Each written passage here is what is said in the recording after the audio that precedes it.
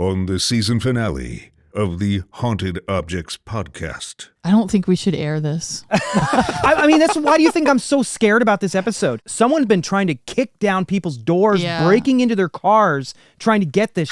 Dude, this is crazy. I hate this. It's so scary. It's actually scary. Yeah.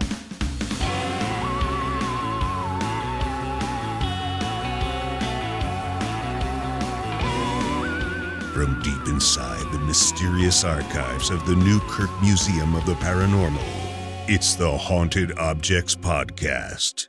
All right, I gotta admit, I'm a little bit nervous about this episode. Yeah. We've been dragging our feet on doing this one. We've saved it for the season finale just because of how massive this is. I'm nervous about what's going to happen now that this is public. Now I'm really nervous. I don't really know how else to say this. Mm-hmm. But we have items that we probably should not have, that normal people probably should not be in possession of. I'll just say this right up front. For the men in black, we are not keeping these things on site. These are items that we have a secure location. We have a lockbox off-site. It's very rare that these things are actually in the Weird HQ. Yes. There's no point in beating around the bush anymore. We're in possession of UFO wreckage from Area 51. In the heart of the Nevada desert lies the worst kept secret in government history, Area 51. For half a century, the classified military facility has been haunted by whispers of alien autopsies, reverse-engineered flying saucers, and deep underground laboratories. The United States government officially denies the base's existence, but for those who have seen the strange lights hovering in the desert sky, no proof is necessary. But what if there was evidence of Groom Lake's covert UFO flight tests? In 2021, after receiving a tip regarding one of Area 51's original whistleblowers, a mysterious package was delivered to Greg Newkirk's doorstep. Inside, wrapped in a tattered flag, were several pieces of metallic debris. According to the whistleblower, these strange fragments belong to a crashed UFO, metamaterials hidden in a secure location for decades. Unfortunately for the Newkirks, a late-night break-in revealed that someone else was after the materials, and they'd stop at nothing to retrieve them.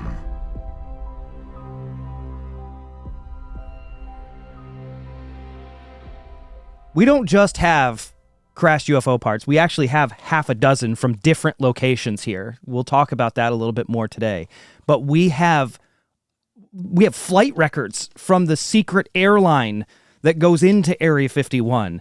We have hand-drawn maps of what the inside of Area 51 looks like. We have their radio frequencies. We have all kinds of stuff that we should not have. Mm-hmm. I feel nervous about it because it definitely is a lot of information. Like it's a lot. It's a lot of information that has never seen the light of day. And I think that's what kind of makes me a bit nervous about it is that like no one has ever seen any of this stuff. Yeah. And it has been being collected and created by someone who was very focused on understanding what was going on in Area 51. Arguably the guy who put Area 51 on the map. Yeah. Because it was scrubbed from maps. Yes. He is arguably the guy who is the reason that we know anything about Area 51 like we do today. Yes. Connor, you helped me go through this stuff. How did you feel when you were looking through all this material? It was a thrill because this was all sitting there for a while. And it was the first time that somebody actually opened up. I mean, you have pallets of cases of this stuff. Yeah. Potentially the biggest haul that the museum's ever had from one collection, right? I think it is, yeah. Right. Yeah. And it's directly from the outskirts of Area 51, from one of the most hardcore characters that I've ever heard of. And when we opened up that thing and it said genuine UFO debris found, blank, blank, blank, and it was a shock. The reason that we have all of this stuff is because I was tipped off about a storage locker that had gone unpaid. One of the things that we do in the museum, we have We have advertisements for it in every single episode, but we're dead serious about this.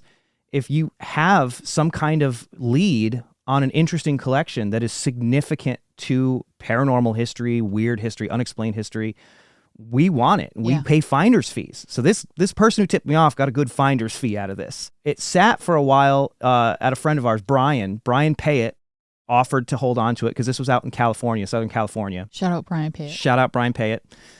Brian said, hey, you know, I'm a museum member. I'll totally hold this stuff for you until you can come out and get it. Poor Brian had his car broken into, and they only stole the storage key out of the car. Which was brand new. Brand new. This was not a storage unit that he had previously. No. They were having flooding in L.A. around that time, so he had to get a storage unit just for this. There was nothing else in there. It was an empty unit. Mm-hmm. Somebody smashed his window open, took just the key to the storage unit. When Brian realized really quickly what had happened, he put a brand new lock on it. He went over and put a brand new lock on it. Yeah. The next time he went to check it, someone had tried to kick the door open as they went to try the key. And I think it's happened to him again. Oh my God. So somebody knew what was inside of this stuff. Somehow someone had told someone this stuff was out there. Why are we saying this stuff on the internet? Well, it's safe now. It's safe and secure now. One of the things that whoever tried to break into that storage unit didn't know was the guy who had who sold me this storage unit. Yes. He went through it, like did a real quick pass. When he saw that there was a thing marked UFO debris, I was like, hey, listen, will you overnight that to me? Will you just FedEx that stuff to me? Because that's something I just don't want sitting in there. Mm-hmm. So we've had this for a while, even before we even had the unit. Tyler Strand, who you might know from season 2 of Hellier, Tyler and I, we went out to California to go pick this stuff up. Brian told us what happened to him. We had weird stuff happen on the way home. We were driving home. We were going through Quartzsite, Arizona, and we see in the middle of the night a classic UFO. Yeah, you said like flying saucer. Flying saucer style, round lights that blinked out one by one. And we just sat there stunned. What color were the lights? They were like a yellow, like a yellowish light. Okay. And they just went dook, dook, dook, dook, dook, until they were gone. And then they disappeared. And we're like, no, that couldn't be what we saw. There was nothing there. It was in the sky. There was as we got closer, we could see there was nothing there. Something is up with this stuff. Mm-hmm. There's somebody who wants this stuff. You better stay away from me. And not only the UFO parts, but there's almost too much stuff, too many documents to sort through. I mean, hundreds, if not thousands of slides and negatives of reconnaissance photos. There's notes, there's letters, there's unopened letters even. There's correspondence with the biggest names in ufology. Yeah. Yeah, names that, I mean, you don't even have to be into the UFO scene to recognize. We're going to talk about that today. Yeah. And we're going to go through some of this stuff today and tell you some of the things that we've discovered going through all of this material. Glenn Campbell was a reconnaissance commando. Yeah. A one-man army. He was the guy. He was the shit. This guy was awesome. He was everywhere and nowhere. He was a thorn in the federal government's side. He really was. And he did it all by the book. That's the craziest thing. He did a great job doing really citizen research. Yeah. There's a book by David Darlington called Area 51, The Dreamland Chronicles, The Legend of America's Most Secret Military Base. It really does a great job of characterizing who Glenn was. I want to read you a quote from this book. He furnished visitors with directions to the border and counseled them on their rights if they were challenged. He tied ribbons around Joshua trees to mark the route up the Whitesides Mountain. When those were removed, he spray-painted arrows on the rocks, and when those were eradicated, he replaced them with larger, more numerous ones. He dismantled motion sensors on public land along the Groom Lake access road, and he published the arrival and departure times for the flights that shuttled workers to the base, as well as the radio frequencies used by Groom Lake air control towers. In short, he pushed the jurisdiction of the government as far as he could within the limits of the law and framework of the Constitution. Yeah, so he was a guy who knew his rights, and there's nothing scarier than that, and he wasn't a crank. No, he wasn't. He was very like 1 foot in, 1 foot out. Yeah. My kind of guy. And he shared that with other people who were interested in the subject matter. Glenn is the guy who's under a camo tarp for days at a time Yeah. on the side of the mountain, Yes. watching. Yeah. Yes. With Everything. a telephoto lens, a notebook, and a radio frequency scanner. This guy was hardcore. You don't have to even be remotely interested in UFOs to recognize Area 51. It is like part of pop culture just in general. Yeah. So what actually is Area 51? Well, let's give everybody a quick primer Yeah. on the facts about this base and some of the mythology about this base It's a good idea. before we dive into this material. Absolutely. What we know for a fact is Area 51 is where the American military tests all of its top secret spy planes, its bombers, things that it uses for reconnaissance. This is where some of the smartest people in engineering congregate in order to build the stuff that we use to maintain some kind of a military dominance in this country. Yeah. In the 1950s, the place that we know now as Area 51 or, the Nellis base, that was a place where they were testing bombs. Yeah. They were using this as a place to do underground tests of nuclear weapons, above ground tests of nuclear weapons, all kinds of stuff. They had a lot of space for it. We learned that the federal government owns like 85% of Nevada. Some of that's Bureau of Land Management, but most of it is this Nevada test and training range. Yeah. When you look at it on a map, it is shocking. You're just Crazy. like, that's like an unbelievable amount of land. 4,500 square miles. Dang. The size of Connecticut and Rhode Island combined. That is unbelievable. Great place to test your secret spacecraft or potentially reverse engineer something from another world. I mean, that's a whole lot of space to get up to some secret stuff without peering eyes. Although Glenn had a different idea. He was the peering eyes. He was of the peering eyes. eyes. But that's a lot of space to do a lot of weird, secretive stuff. Insane. Yeah. It wasn't until 1955 that the CIA Special Assistant Richard Bissell was tasked with finding a good place to test the U-2 spy plane, something that we didn't want the Soviets to know that we had. Yeah. So this ended up being the perfect place, and part of the reason was they did a flyover of the Groom Lake area, and Groom Lake is actually a dry lake bed. Yeah. It's massive. It's huge. And it's totally flat. It makes almost like a gigantic landing strip. Yeah, I think that they described it at some point as a giant billiards table. Like it's that Yes. flat that you Yes. can just play pool on it if you wanted to. And the idea was, when they're doing these test flights of this crazy stuff, they don't know if they're going to have to make a sudden landing. Yeah. So they needed an area that was not only hidden from prying eyes, but had a really flat surface where at any moment Yeah. those pilots could land. They can get real wacky out there if they want to. Each side of Groom Lake is a mountain range. Yeah. Yeah. So it is perfect. Yeah. And so you have this area that just sat there alone in the middle of the desert where they were like testing some bombs, doing some crazy kind of bad tests, kind of, however Yeah. you feel about it. And then they were like, well, where should we test this plane? Here's this giant bombing range Yeah. in the middle of the desert. That lake is perfect. We should put the bunkers and the hangars around that lake. Yeah.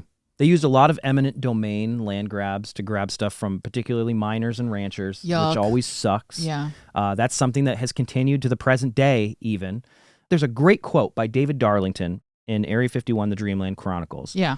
where he says, "The Cold War justified a dangerous urge of the democratic government to hide its workings from the public." Yeah. That's really where a lot of things changed. It's like in World War II, it was just like, go, go, go, everything we have. Yes. And everybody was so busy, but now it was like, we're going to start making sure we have better technology than your country. Yes. And so there was this sort of more secretive mindset after World War II, Yeah. especially after the atomic bomb existed and everything like that. So yes. they had stumbled across one of the craziest examples of that that I think paints the picture exactly, which is 1942. That's when they were testing the first jet engines on airplanes. Propellerless airplanes. Yeah, that's crazy. Which was crazy to everybody. Yeah, it's still crazy. And they were nervous about other pilots seeing these things and then telling people. So they came up with probably the simplest thing that they could possibly do Yeah. to throw people off the trail. They made their pilots wear gorilla masks. I can't even believe that this is a real thing that happened. This is a real thing. And so what was the idea was that if people saw them, they'd be like, I saw a gorilla flying a plane that didn't have a propeller. Exactly. And then they're immediately discredited because they makes them look insane. We've learned a lot of bonker stuff during this first season of this podcast. We absolutely have. And this seems to fit the military's Perfectly. MO very well, Yes. which is we're doing something that shouldn't exist, that people shouldn't know about. Yeah. And if they see it, it's going to sound crazy. Yeah. But let's make it real crazy so that people think everyone's a crank when they see a gorilla flying a propellerless airplane around. Yes, absolutely. Totally. What's funny is it makes me think of how Bill Murray sometimes when people see him doing things out in the general public, he'll say like, no one's ever going to believe you. Meme? No one's ever going to believe you. Yes. I love that. But that's what this was. It was a very rudimentary way to make people look foolish if they tried to tell anyone what they saw. And it's because it was in the public. Yeah. So I think that story clarifies better than anything else why Area 51 exists. Mm-hmm. Yeah. Because that's in public airspace. We have to look crazy. Yeah. So that people, see this. Mm-hmm. We need a place where nobody else is. Yeah. Well, now they've got it. They've got, 5,000 square miles of desert where they can test this stuff, and then 60 square miles that's surrounded by a mountain range where no one will ever see them. It's like a nesting doll. Like you're so far away from prying eyes at that point. You can just be doing whatever you want out there. When you hear the name Area 51, sometimes the question that you ask yourself is, why does it have that name? Yeah. Why Area 51? Yeah. Where are areas 1 through 50? It sounds cool. It does. I think it sounds cool. There's a lot of different rumors about how it got its name and where it got its name, but the truth is it has to do with the grid laid out by the Atomic Energy Commission. The Atomic Energy Commission actually has areas 1 through 50 and over. And some of them, you might not know, were actually used for other stuff like the moon landing. This is only going to make the conspiracy theorists, I know, like even more feral. I know. When I say used for the moon landing, I mean to train for the moon landing. I mean, you might believe differently. I don't know. Say anyway. Maybe Kubrick was out there in the desert at night with his special NASA lenses shooting the moon landing. But the truth is, I think they even have it listed here, areas 7, 9, and 20, where the astronauts went and learned how to drive the moon buggy. And so that's just because the environment was as close to what it would be like on the moon as they could find, and they could just blast around out there and get used to what it would be like with the rock debris and all that kind of stuff. Bingo. It had to film the moon landing. Similar craters. Yes, and to film the moon landing. So there's pictures. There's like declassified pictures from these areas. Yeah. And that only fuels the conspiracy stuff even further, Yeah. where they're like, it's right there. Uh-huh. It's clearly on Earth. And it's like, well, those were their training pictures. Uh-huh. Yeah. There's an excellent book by Annie Jacobson that goes into the history of Area 51, talks to some of the people who worked there, some of the things that have been declassified that have come out of Area 51. She talks about in this book. Also, the book has an insane ending. Yeah. Like, it really takes a turn. Maybe the hardest left turn I've ever seen. Can you hear the tires book. squealing like the record drop?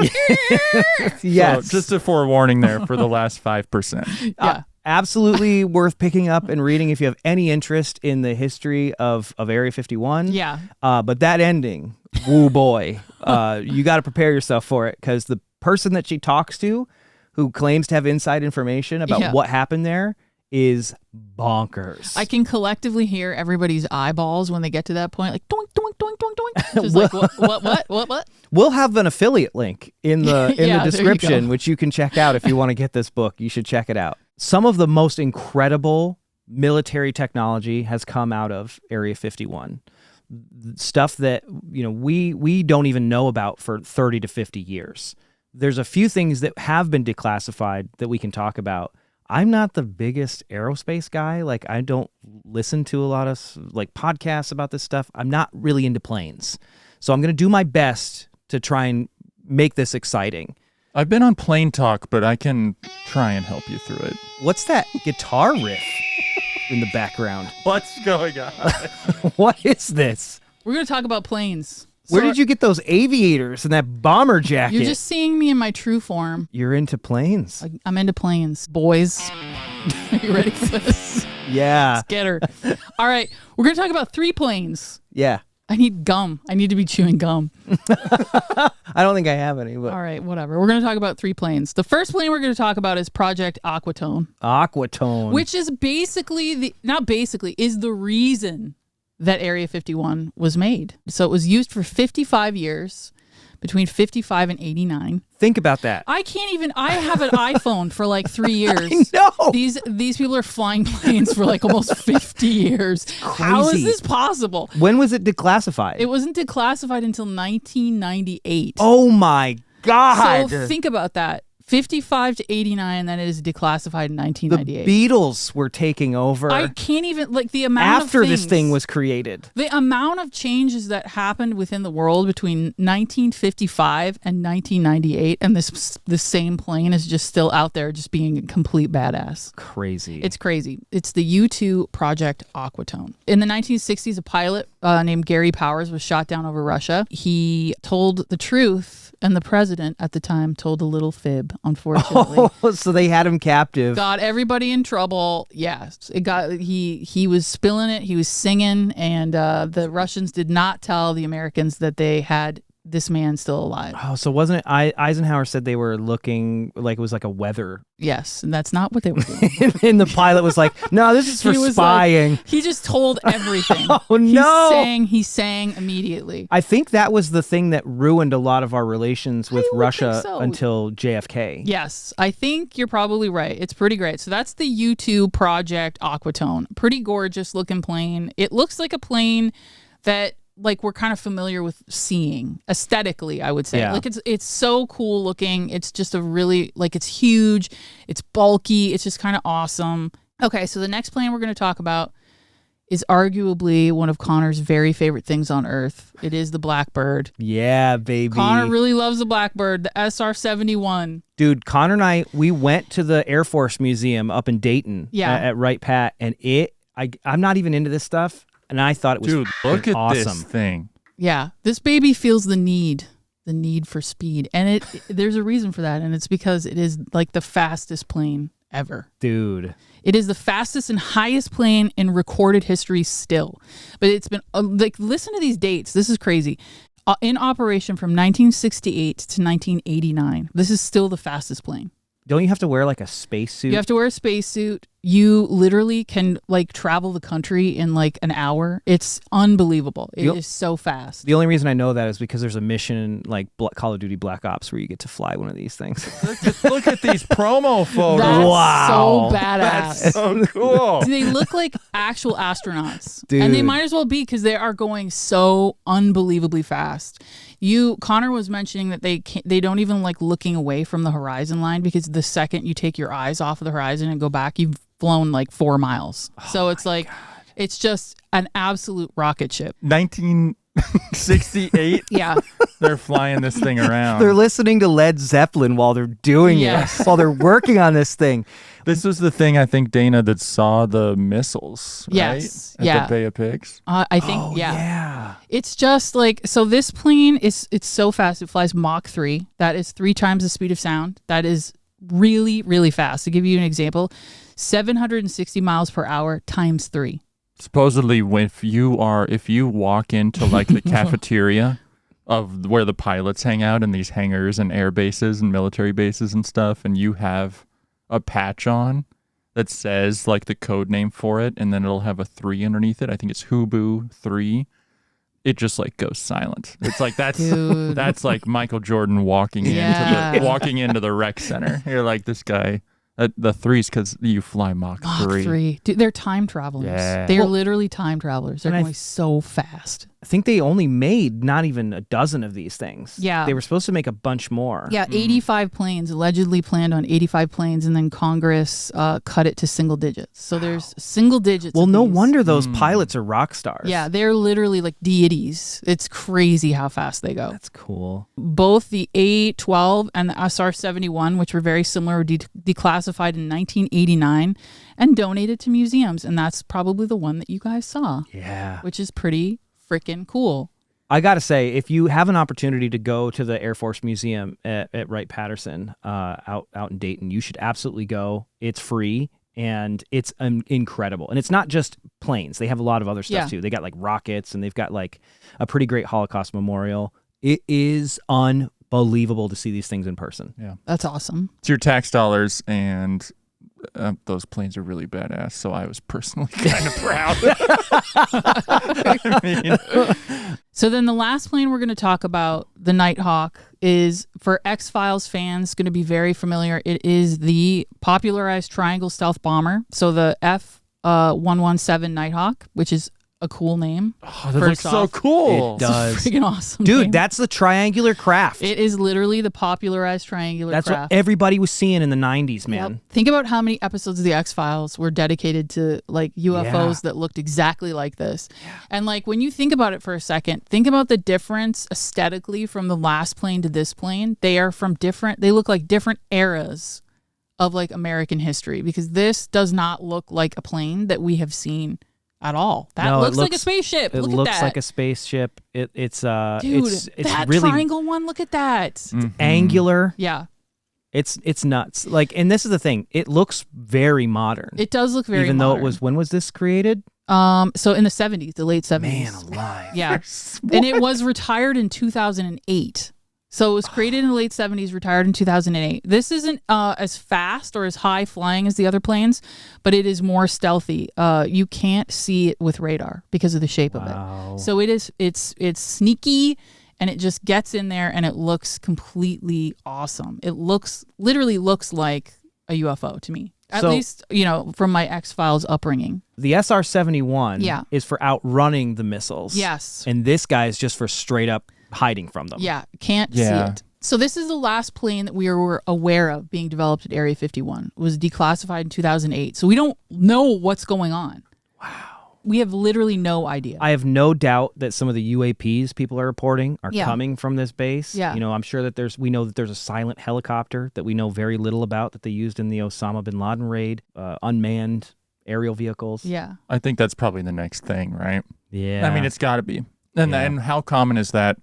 A thing that people use to dismiss UFOs or to say, no, that's not a plane. A pilot couldn't survive that. Yeah. Well, I don't think the planes these days have pilots. Man. They have to have the craziest stuff out there now. At this point, with like the jumps in technology that we've had, Wow. they have to have like invisible drones and like just the most unbelievable I'm things. sure half the stuff that's being developed there is unmanned aerial craft. Yeah, it's a funny detail that I feel like gets overlooked often in the need to like want UFOs to be a real thing, like physical nuts and bolts UFOs. We forget often that there's so much that's being developed and has been developed that we just don't know about. So it's kind of fascinating when you think about it. I bet you one of those hangars down there is like the most high stakes LAN party ever. Yeah. Where it's just a bunch of like military guys with their So dark. joysticks Ugh, going for the high score. Do you think they wear their aviators when they do it? Well, they make video game like blue blockers that you wear that keep your eye strain down. So maybe. So those are our 3 planes. Thanks, Maverick. You can be my wingman anytime. Bravo. Nice work, Dana. I didn't know you had this in you. Yeah. Wow. We learn learn something something new new. all the time. Jeez. Danger zone. You didn't even say we got to turn and burn. Oh, we got to turn and burn. Well, here, now that we've come to the conclusion of our cool planes moment, we got to turn and burn and head back to Area 51, boys. Let's go. All right. Thanks, Maverick. Bravo. I didn't know she had that in her. Neither did I. Wow. Can I take this bomber jacket off now? It's like 8,000 degrees. Yes, yeah. I'm going to keep the sunglasses. You look though. fucking sick, though. The things you don't know about people. Yep. There we go.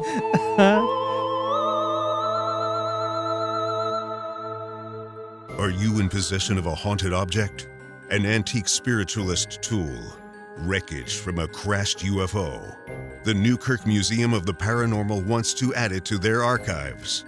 Whether your strange item is causing you paranormal problems or is simply a supernaturally significant relic worthy of curation, we want to hear from you. For more information on our acquisition process, visit paramuseum.com.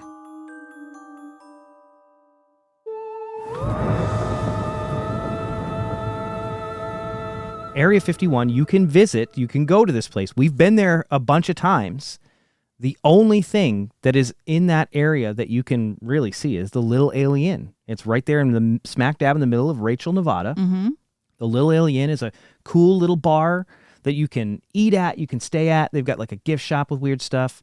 There's a bunch of trailers that you can stay in. It's actually really nice, really reasonable.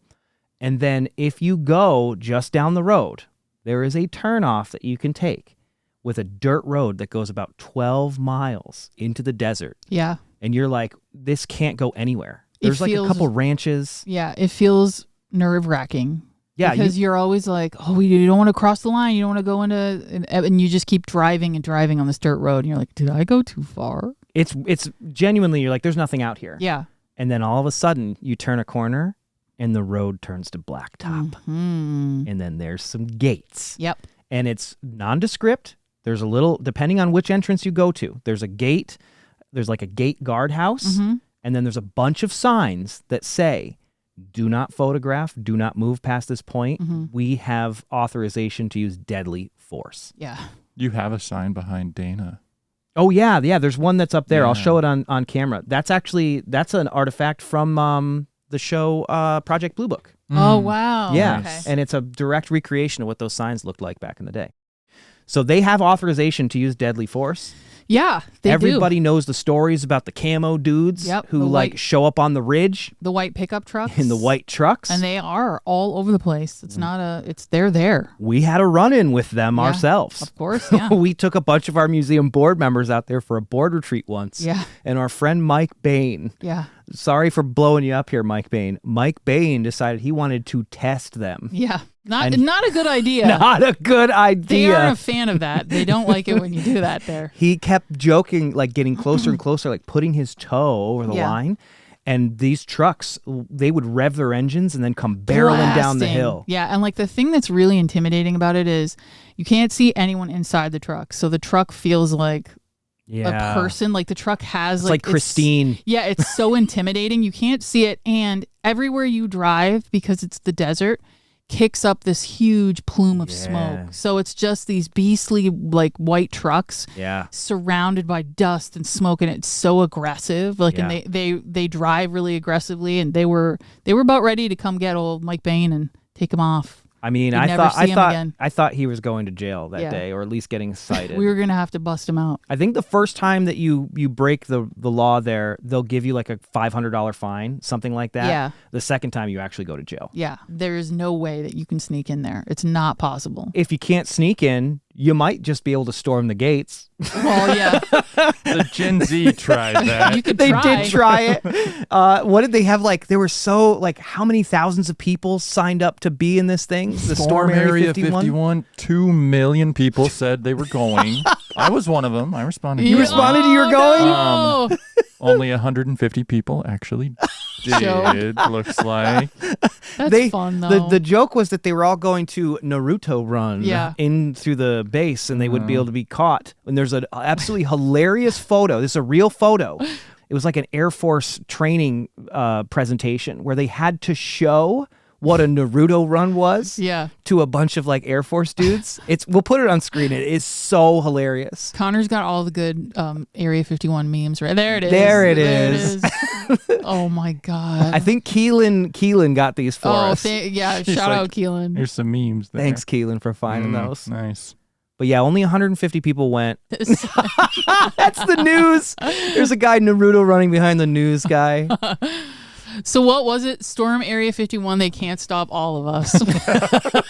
Yeah, apparently they can. Apparently they can. They were in good spirits. You know what I mean? Like, that's kind of fun. It was a huge cultural moment because Yeah. even Budweiser made a special can with an alien on it to that's celebrate. awesome. So there was, and I it was love supposed that. to be a much bigger, more organized thing, but I don't think it was. It And didn't. Apparently the guards were all very nice. That's good. Yep, everybody was pretty cool, That's fun. but no one clapped any alien cheeks. Nobody got that them day. cheeks. No, unfortunately. So we've tried that way to get in. Yeah, didn't work. You didn't can't work. just drive in. No, You can't sneak in. no. You can't storm the gates. You can't storm the gates. There really is one way that you can officially get into Area 51. Are we going to get in trouble for sharing this? No, I think this is public knowledge now. Okay.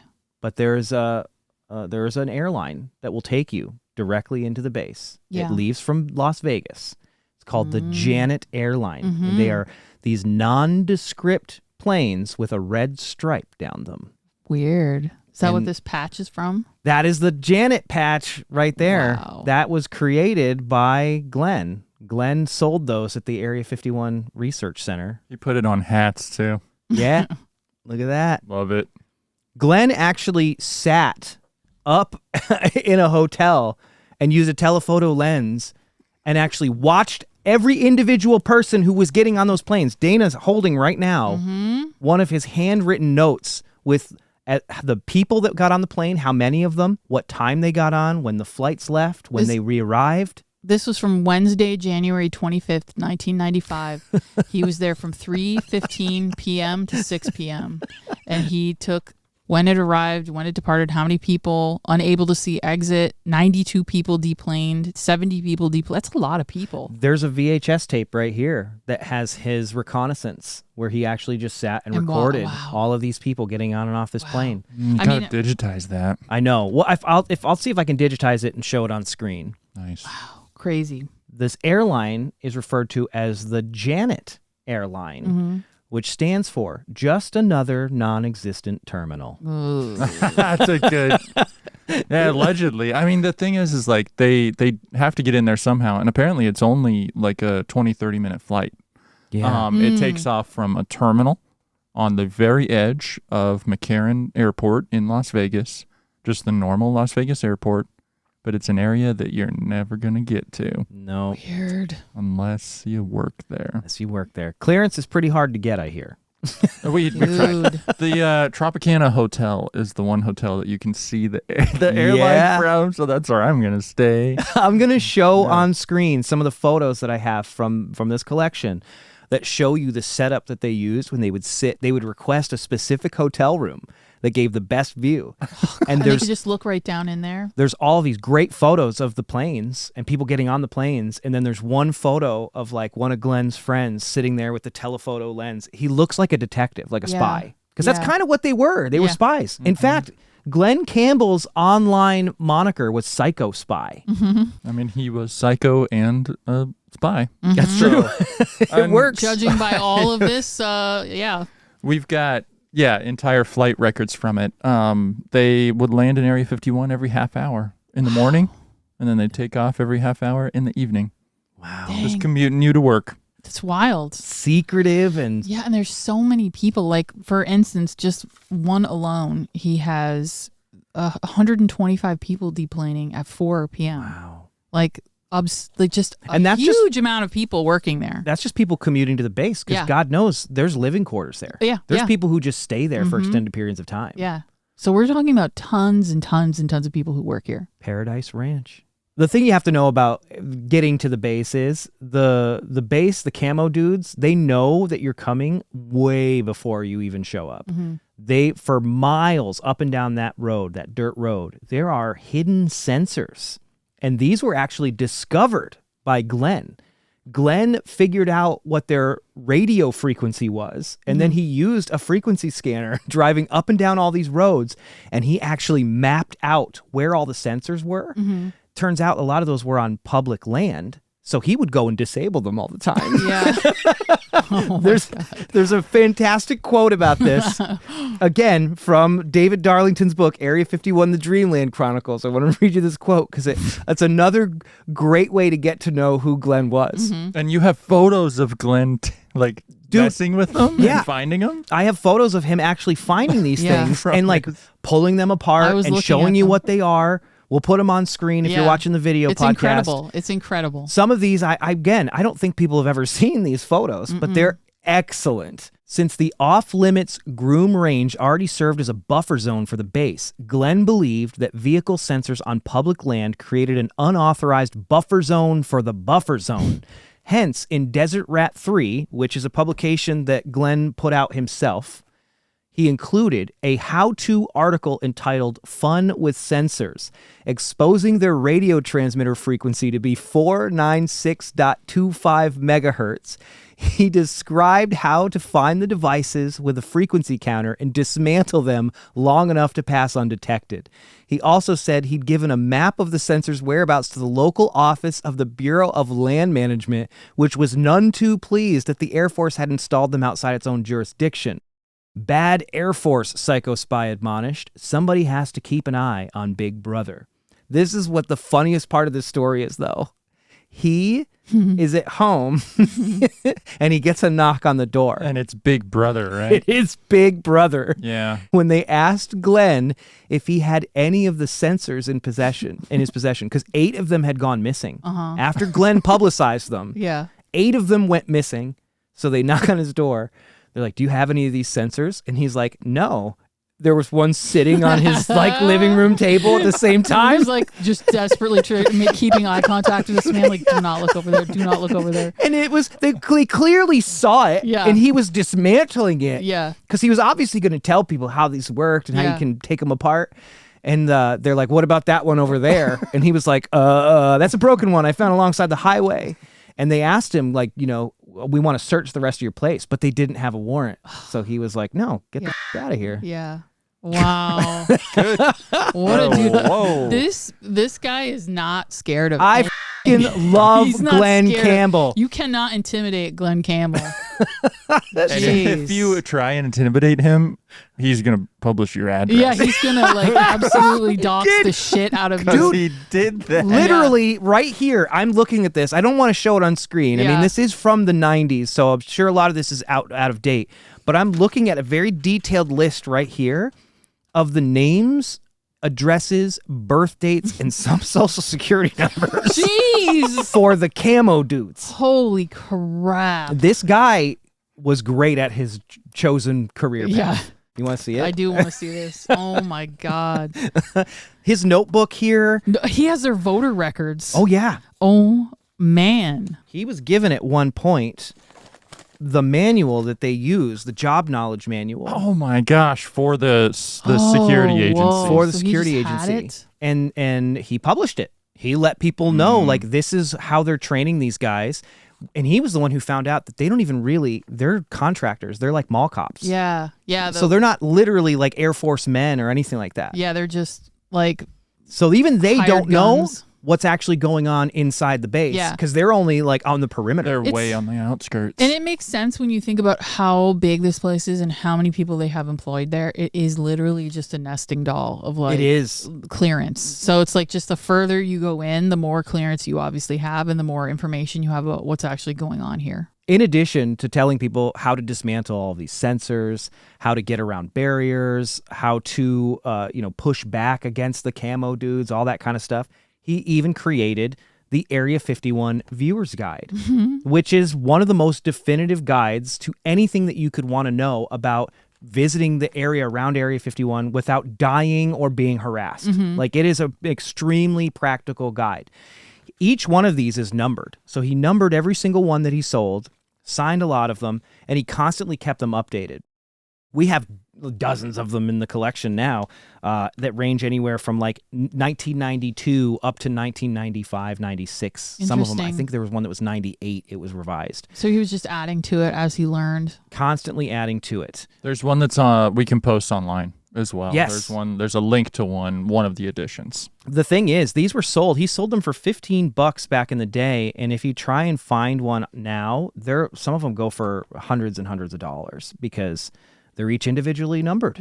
He only made so many of them. The guide is very practical, and it's almost philosophical at times. And one of the quotes in it is advice to visitors to Area 51, where he says, "It's my advice to visitors to not search for flying saucers or secret aircraft directly. Instead, use this as an excuse to camp under the stars, to hike in the mountains, and to try to understand the land and the sky. Should a flying saucer or aurora happen to show, you'll be in a good position to see it. But even if nothing so amazing occurs, your visit will not be wasted." That's lovely. That's the approach that we're always talking about when it comes to going out and trying to look for Bigfoot. If you don't find Bigfoot, the only downside is you just went camping. Yeah, you have a nice time.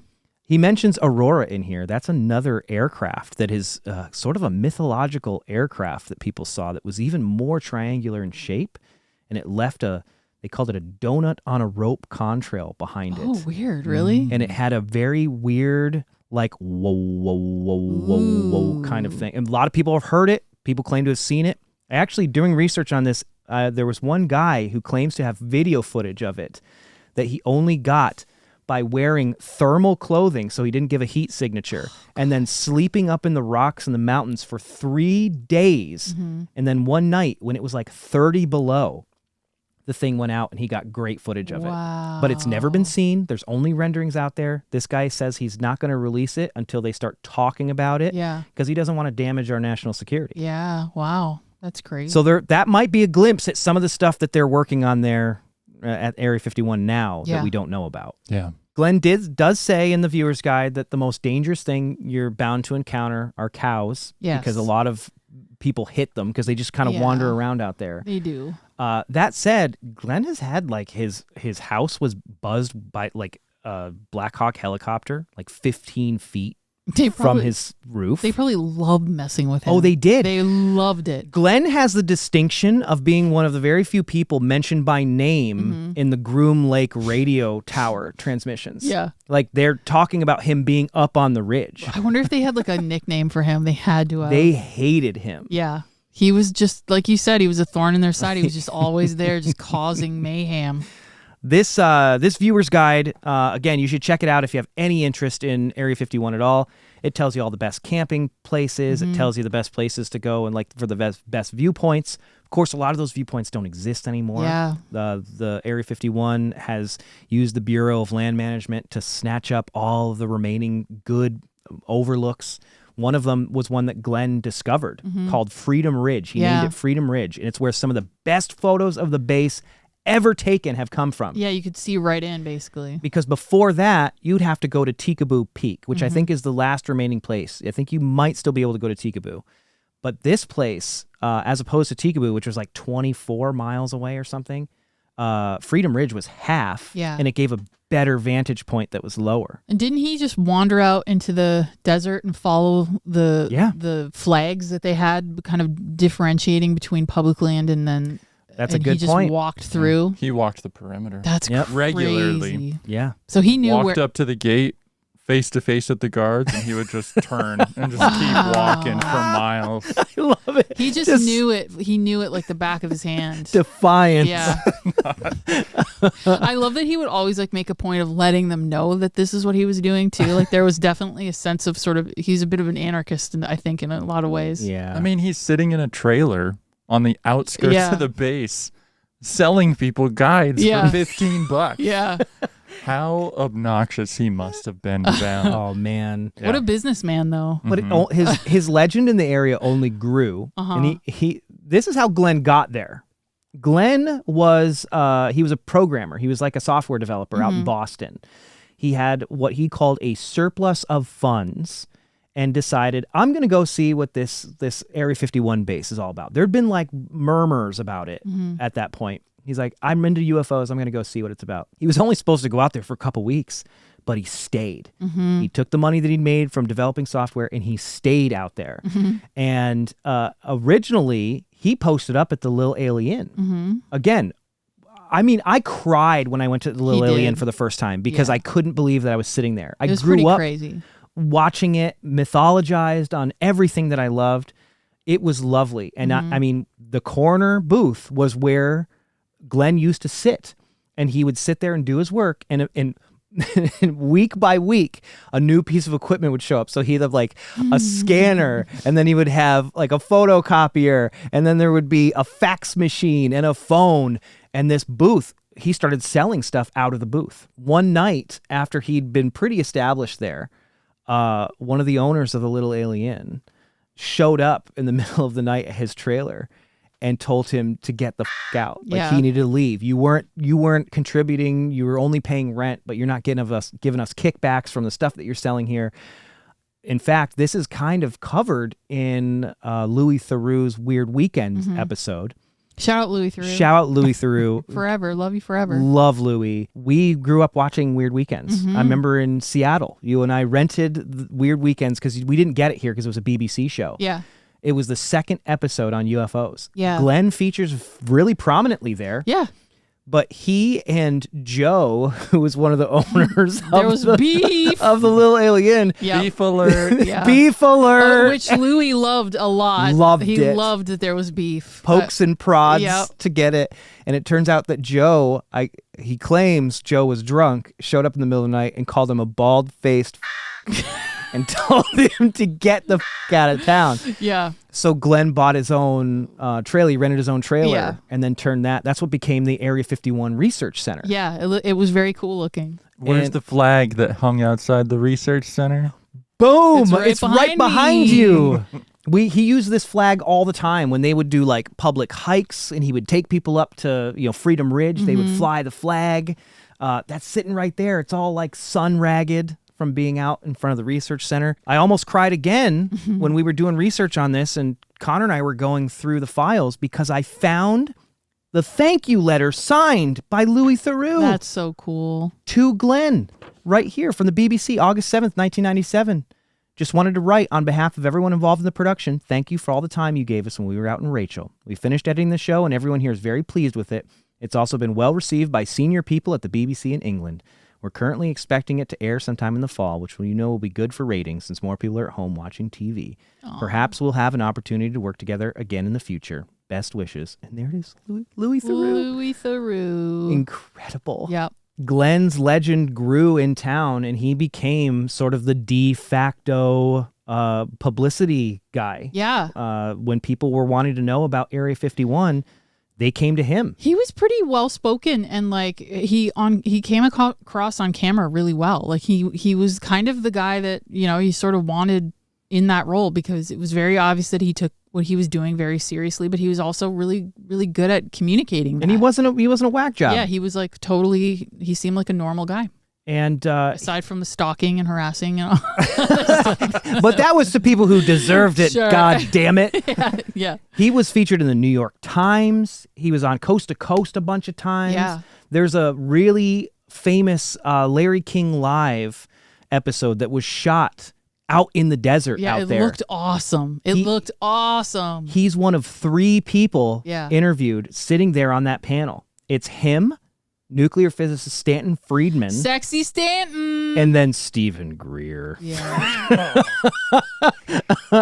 So I think Glenn was probably the most even-keeled person Sure. sitting there. Sure. I don't think he always gave the media the answers they wanted. Yeah, you're Yeah. right. He wasn't playing games most of the time. I mean, he clearly was the face of the base because who else is going to be it? It's not going to Yeah. be somebody in the military. It's Well, going to that's be this guy. That's the other crazy thing. Because of the name of the Area 51 Research Center, when people would address letters to Area 51, he was the guy that got them. which means because we that- have them. We have them. We literally We have all have of these crazy letters that are addressed to Area 51 Yeah. Some that of went which to Glenn. haven't been opened yet. No, there's some that are just still sealed. There's like a series of some that are just crazy. I mean, there's like channeled messages Oh, from I love aliens. There's drawings. There's people like saying, here, I was abducted here. There's people who claim to Wow. work at Area 51 who are like, God. We'll post some of them on Yeah. Patreon so people can sort They're through them. incredible. yeah, we want help going through this stuff. Yeah, yeah. And we're going to post all this stuff on the Patreon. And we'll probably make a big deal of doing it all summer long. Yeah. Because there's so much of this stuff. And it's never seen the light of day. When it comes to Glenn Campbell's work, one of the things that gets a lot of the attention is the Area 51 Viewer's Guide, because that's become a bit of a legendary guide and a very practical one. But in a lot of internet circles, he was most well known for producing the Groom Lake Desert Rat, which was a bi-weekly publication. It's a newsletter supplement to the Area 51 Viewer's Guide. Right here, I'm holding the issues 1 through 20, January 18th, 1994 to December 19th, 1994.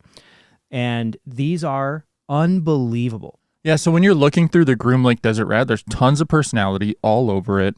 A lot of his like interjections and stuff, he was very clear that he didn't believe what a lot of these people were telling him, but he still published it all.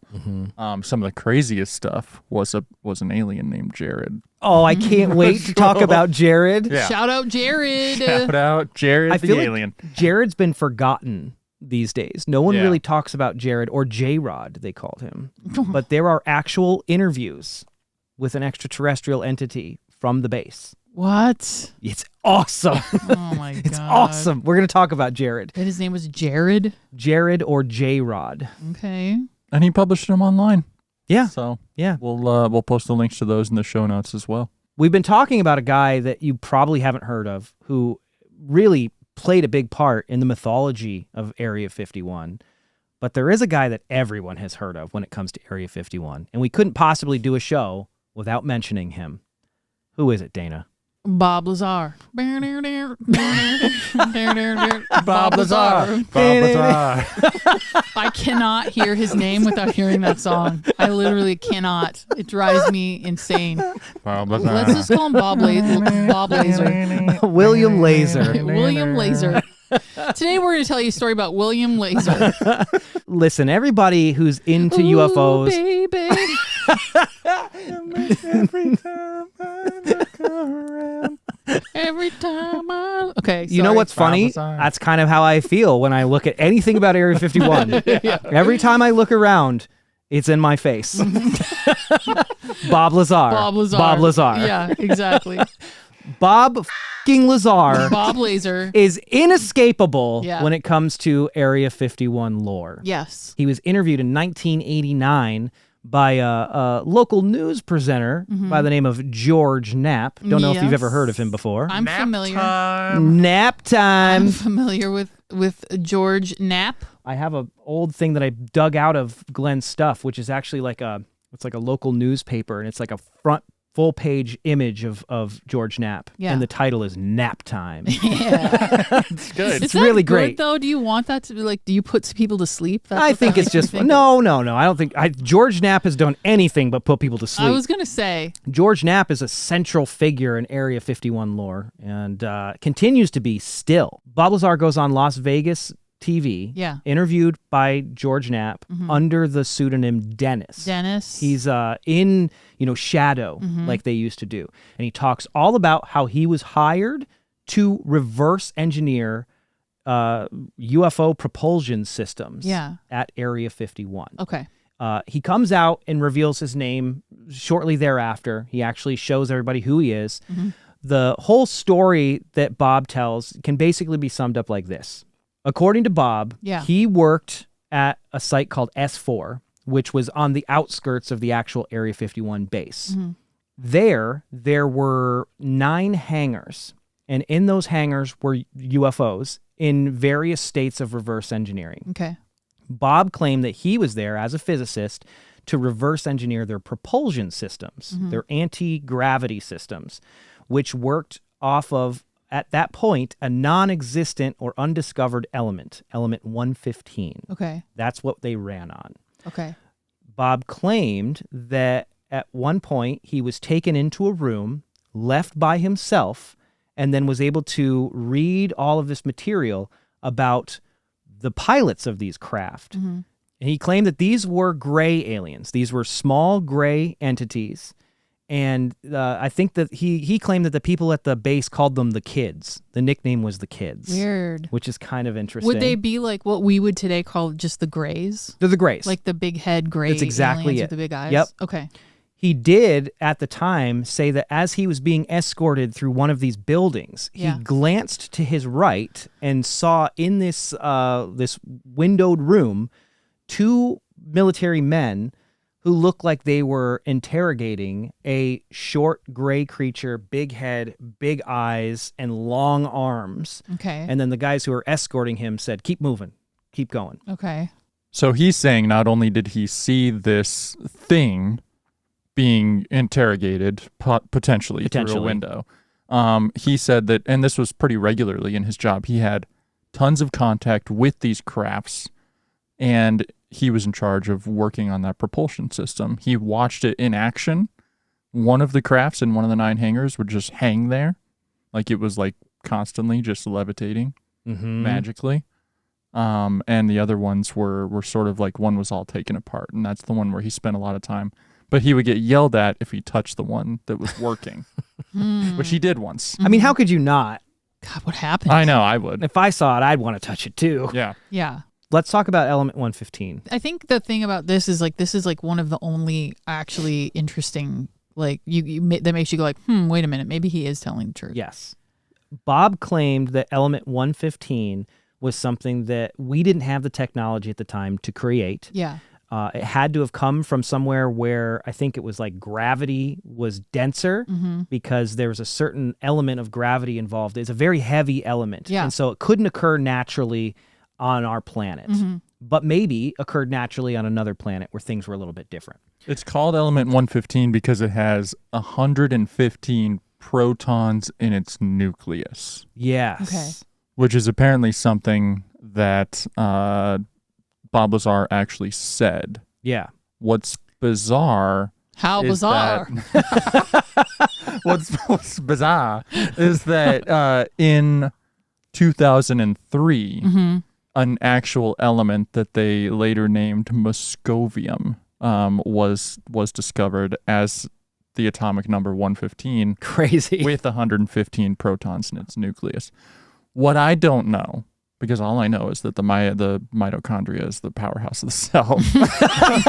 what I don't know is whether or not that's something that like people who are really good at physics or chemistry. looking at Yeah. these chemistry tables, if they could predict that Yeah, something yeah. like that's going to happen. Yeah, like if you had enough So- information already, if you were educated enough, you'd have enough information that you could kind of guesstimate that this was possibly something that within the next 20 years would be discovered. Yeah. So we Yeah. should ask Maggie, who helped us out with the Aura goggles. Yeah, we need a real Yeah, scientist. maybe Maggie, And help we'll- us out here. Yeah, We'll do a little write-up with whatever she says. Yeah. we need a real scientist to help us. Regardless, they found element 115. They actually were able to develop it, and it was incredibly hard to do. It requires a particle accelerator. So it was not something that easily could have been made in the 90s when Bob was allegedly working at S4. It was a joint Russian-American project. They had to put it together molecule by molecule. And then it just dissipates super, super fast. Yeah. There's not an easy way to replicate this It's stuff. like they pair up together, and because it's an odd number, it's Yes. like left with something over, Okay. is my understanding. We have no real known usage for the element. We just know that we were able to create it, but there's not a really great use for it yet. But he claimed that the aliens were using it to keep their spaceships floating Yep. constantly without having to worry about things like gas or anything Exactly. like that. There Okay. was some sort of a continuous reaction that was Gotcha. happening that was letting these things levitate and be powered. Yeah. Got it. And so that is why he was there. He was called there by a friend of a friend kind of a thing. He applied for the job, he said. He apparently had a background where he worked. He went to MIT and Caltech, masters in physics. Famously, both of those schools say they don't have records of him, and people haven't been able to find those records. It's Well, a conspiracy. They No. scrubbed him. They just have to look up Dennis, obviously. Dennis. He said he was a physicist at the Los Alamos Mason Physics Facility. That facility also denied record of Lazar. But then George Knapp, the journalist, Yeah. found him in a phone book. Yeah. Yeah, and then this is another interesting thing where it's like this is another kind of point for Bob where it's like his name exists in this book. It's in the phone book. It's in the phone book. Yeah. Like unless he completely just hijacked a fake person and he's just pretending to be this Bob Lazar guy, that one is kind of weird for me. He made a hot rod jet car before all of this. This is years before it. So he did have a little bit of engineering know-how at Yeah, least. there's Yeah. Although I at will least some of say, it. I think the argument against this is his neighbor was one of the guys who built these things Okay. and helped him out. And they were advertised as kit cars in the back of Popular Mechanics magazines. Oh, so you like bought the parts? So like and then, anybody could have built one of Okay. these, but you'd have to be a gearhead. yeah, you'd have to have some awareness of like what you're building at the very least. Yeah, and it's like, I knew kids in my town that built kit cars. Yeah, You know, so you could build them from the ground up. Yeah, The point you're trying to make is you don't need to be like a physicist to be able to build one of these things. No. Okay. There's a lot of people who make stuff like that. Yeah. Point There's being, a guy who builds cars and then blasts them around on the salt flats. Yeah, And he we looks love like- that guy on he YouTube. looks like Gandalf. He rides rockets like Wile E. Coyote. Yeah. If you look, a lot of the stuff about Bob is like, well, he's not out here seeking publicity and stuff. He's Which not feels like Rogan, a lie to me. Yeah, I 'cause know. He is. He absolutely is. He's all over the place. We don't want to be one of the, there's entire podcasts you can watch about Bob Lazar. So Yes, we don't need to we're be not, that. the point is, nobody knew about the alien stuff at Area 51, and that connection did not exist before 1989, which is when Bob Lazar came forward and said, hey, just so you know, there's alien stuff in there. Yeah. And that is when the media frenzy blew off, and it was about 3 years later that Mr. Glenn Campbell showed up Yes. to try to get to Yes. the bottom of it. Got it. Bob Lazar's time at S4 comes to an end when he is fired because he'd overheard people at the base saying that they tested the secret aircraft, the UFOs, Yeah. on Wednesday nights. John Keel. Very interesting. John Keel had been saying long before this, Yeah. Wednesday nights were statistically the best time to see a UFO. He said, it's Wednesday, my dudes. He did. And that's what he did. He went to his dudes and he said, it is Wednesday, my dudes. Let's go to the black mailbox Yeah. and we'll be able to see them test these spacecraft. Yeah. And he did. And there's video footage of this that's out there that we'll link in the show notes. You can see it. This old VHS footage. I think it's 1989.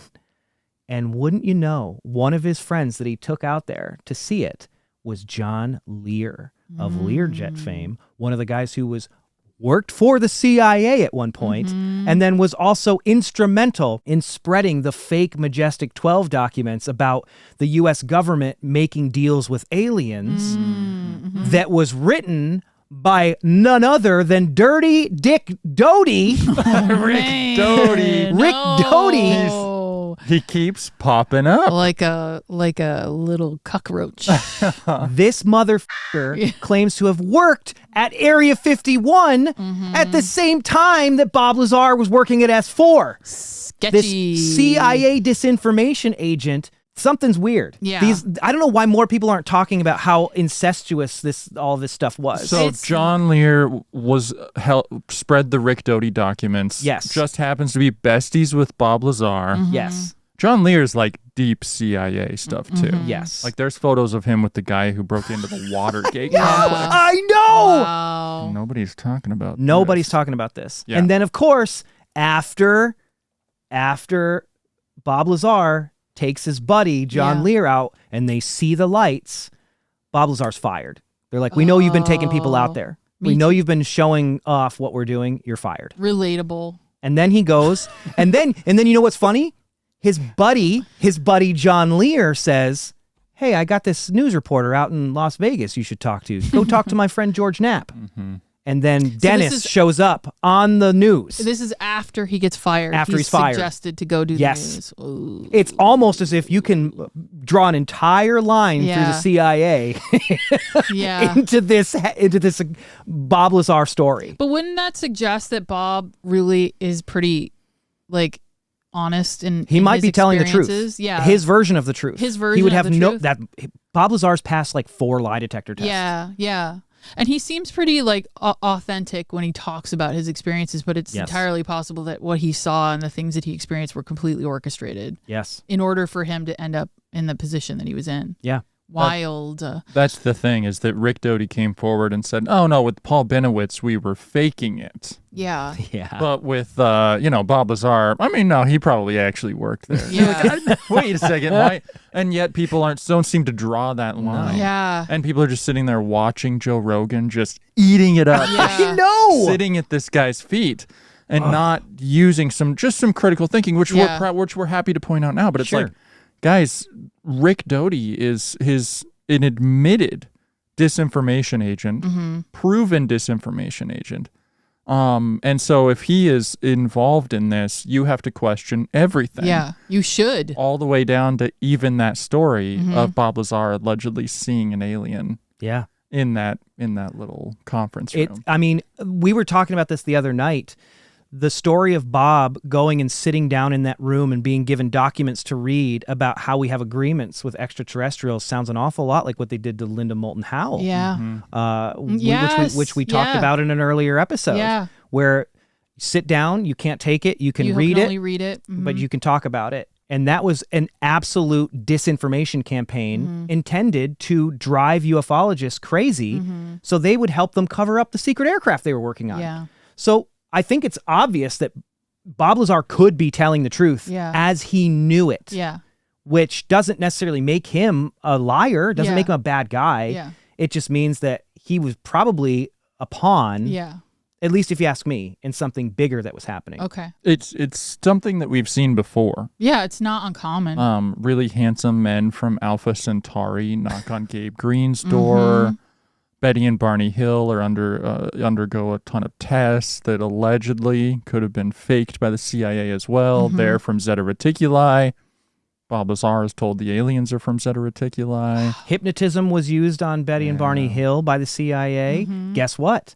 Hypnotism was used at Area 51 regularly when pilots couldn't remember what happened before their aircraft failed. Yeah. They had an on-site hypnotist who would hypnotize them to get all the details. Yeah. Who's to say they're not putting something in there when they're doing it? Yeah. Getting kind of crazy here. We picked a great season finale because it ties in so many things we've already talked about. I want to put my tinfoil hat on. So that's the thing that we know about Rick Doty. We know that he says that he worked there. There's a presentation, I'll put a link to it in the show notes, that he gave where he talked about his 3 years at Area 51. He tells the story of this family who had children kidnapped by UFOs, story of this guy who was killed by aliens in a UFO allegedly. And then he just basically shares, this is why I think Bob Lazar might be telling the truth. I found Soviet planted listening devices on the border outside Groom Lake. Yeah. He basically really kind of goes through his 3-year history at Area 51. It was an Area 51 specific presentation he gave, and all of it might be made up. I mean, I think we should assume that it all is, right? I don't know. Maybe he'll leave a comment. Yeah. He's all over the place. So we know about Richard Doty. We know about Bob Lazar. Like, these are all people who claim they worked at Area 51. There is another guy who claimed to have worked at Area 51. His name was Bill Uhouse. You don't hear him too much anymore. Yeah. I think I'm pronouncing that right. Uhouse. That's I got to imagine that's how you say it. Yeah, I think so. And that is all in the Groom Lake Desert Rat. Yes, in the Groom Lake Desert Rat, you can find interviews with Bill Uhouse. A lot of the old guys really loved this guy because he was more of a salt of the earth type of guy. Yeah. He didn't seem to be lying when he was talking about all the things that he had seen and experienced. He just kind of rattles it off as if it's another thing that happened to him during his life.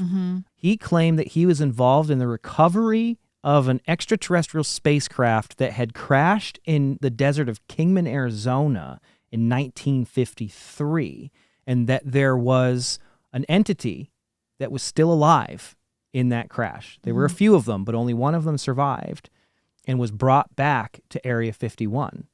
And this entity ended up helping them with their reverse engineering of this spacecraft. Nice guy. Nice guy. Yeah. His name was Jared. Jared the alien. Yeah. J-Rod. He made a sketch for Glenn. I think you have it. I as have well. it. Jared, I'm not gonna lie, Jared's pretty scary. I'm sorry, but Look at this guy. what is this? That was one of the details is Jared had these long fingers with like long black nails on them, which you kind of see show up in the X-Files movie. They do the same thing in the X-Files movie. The X-Files, Chris Carter and the X-Files writers pulled a lot of Area 51 lore. You know what's interesting about Jared? He's wearing a shirt. Yes, You never see gray aliens wearing shirts. But that was one of the common things, is he was always dressed in like what looked like normal people clothes. He had different types of shoes, but he was dressed in like normal person's clothes. Yeah. And the coolest detail about Jared is Jared spoke telepathically. And when he spoke, he spoke in your own voice. Yeah. The voice in your own head is how you heard Jared talk to you. Wildly dislike that. That is crazy. Really not a fan of that at I all. love it, man. Hate it. If it helps you feel better, when the aliens would talk to each other, they would speak in Hungarian. What does that even mean? I think Glenn has a whole thing in The Desert Rat where he talks about that, and he thinks that there was some kind of a common language at one point, and the Hungarians just kept it, or something close to it. Okay. It didn't evolve all that much. I get it. So the extraterrestrials basically spoke a more primitive version of Hungarian. Okay. And because they were older, because I think Jared was like 200 years old, wasn't he? I think so. Glenn fell into this rabbit hole. So Bill is talking about this with Glenn. He's publishing it. Glenn, again, for his credit, was a fantastic non-biased observer, but he was also fascinated. He was so fascinated, he went to Hungary. Mm-hmm. Yeah. I don't know why, just to hear the language, I guess. He was just inspired. He said the first thing he did when he got there, he got off the plane, went to a phone booth, opened up the phone the phone book, and there were like 400 something listings with the last name Lazar.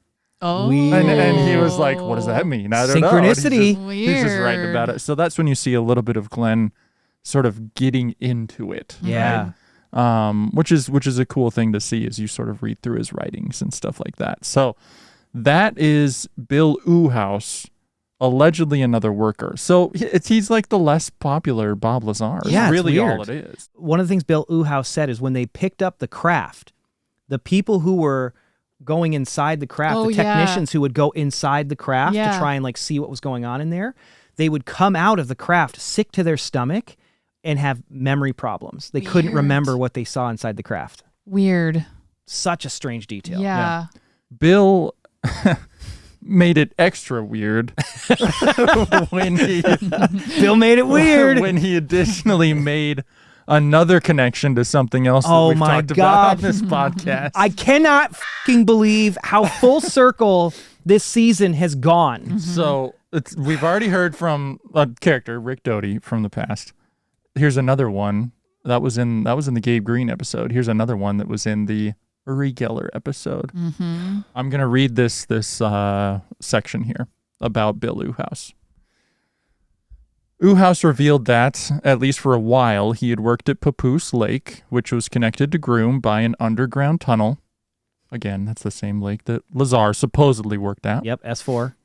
He also disclosed that the major player in the secret government was the Bechtel Corporation.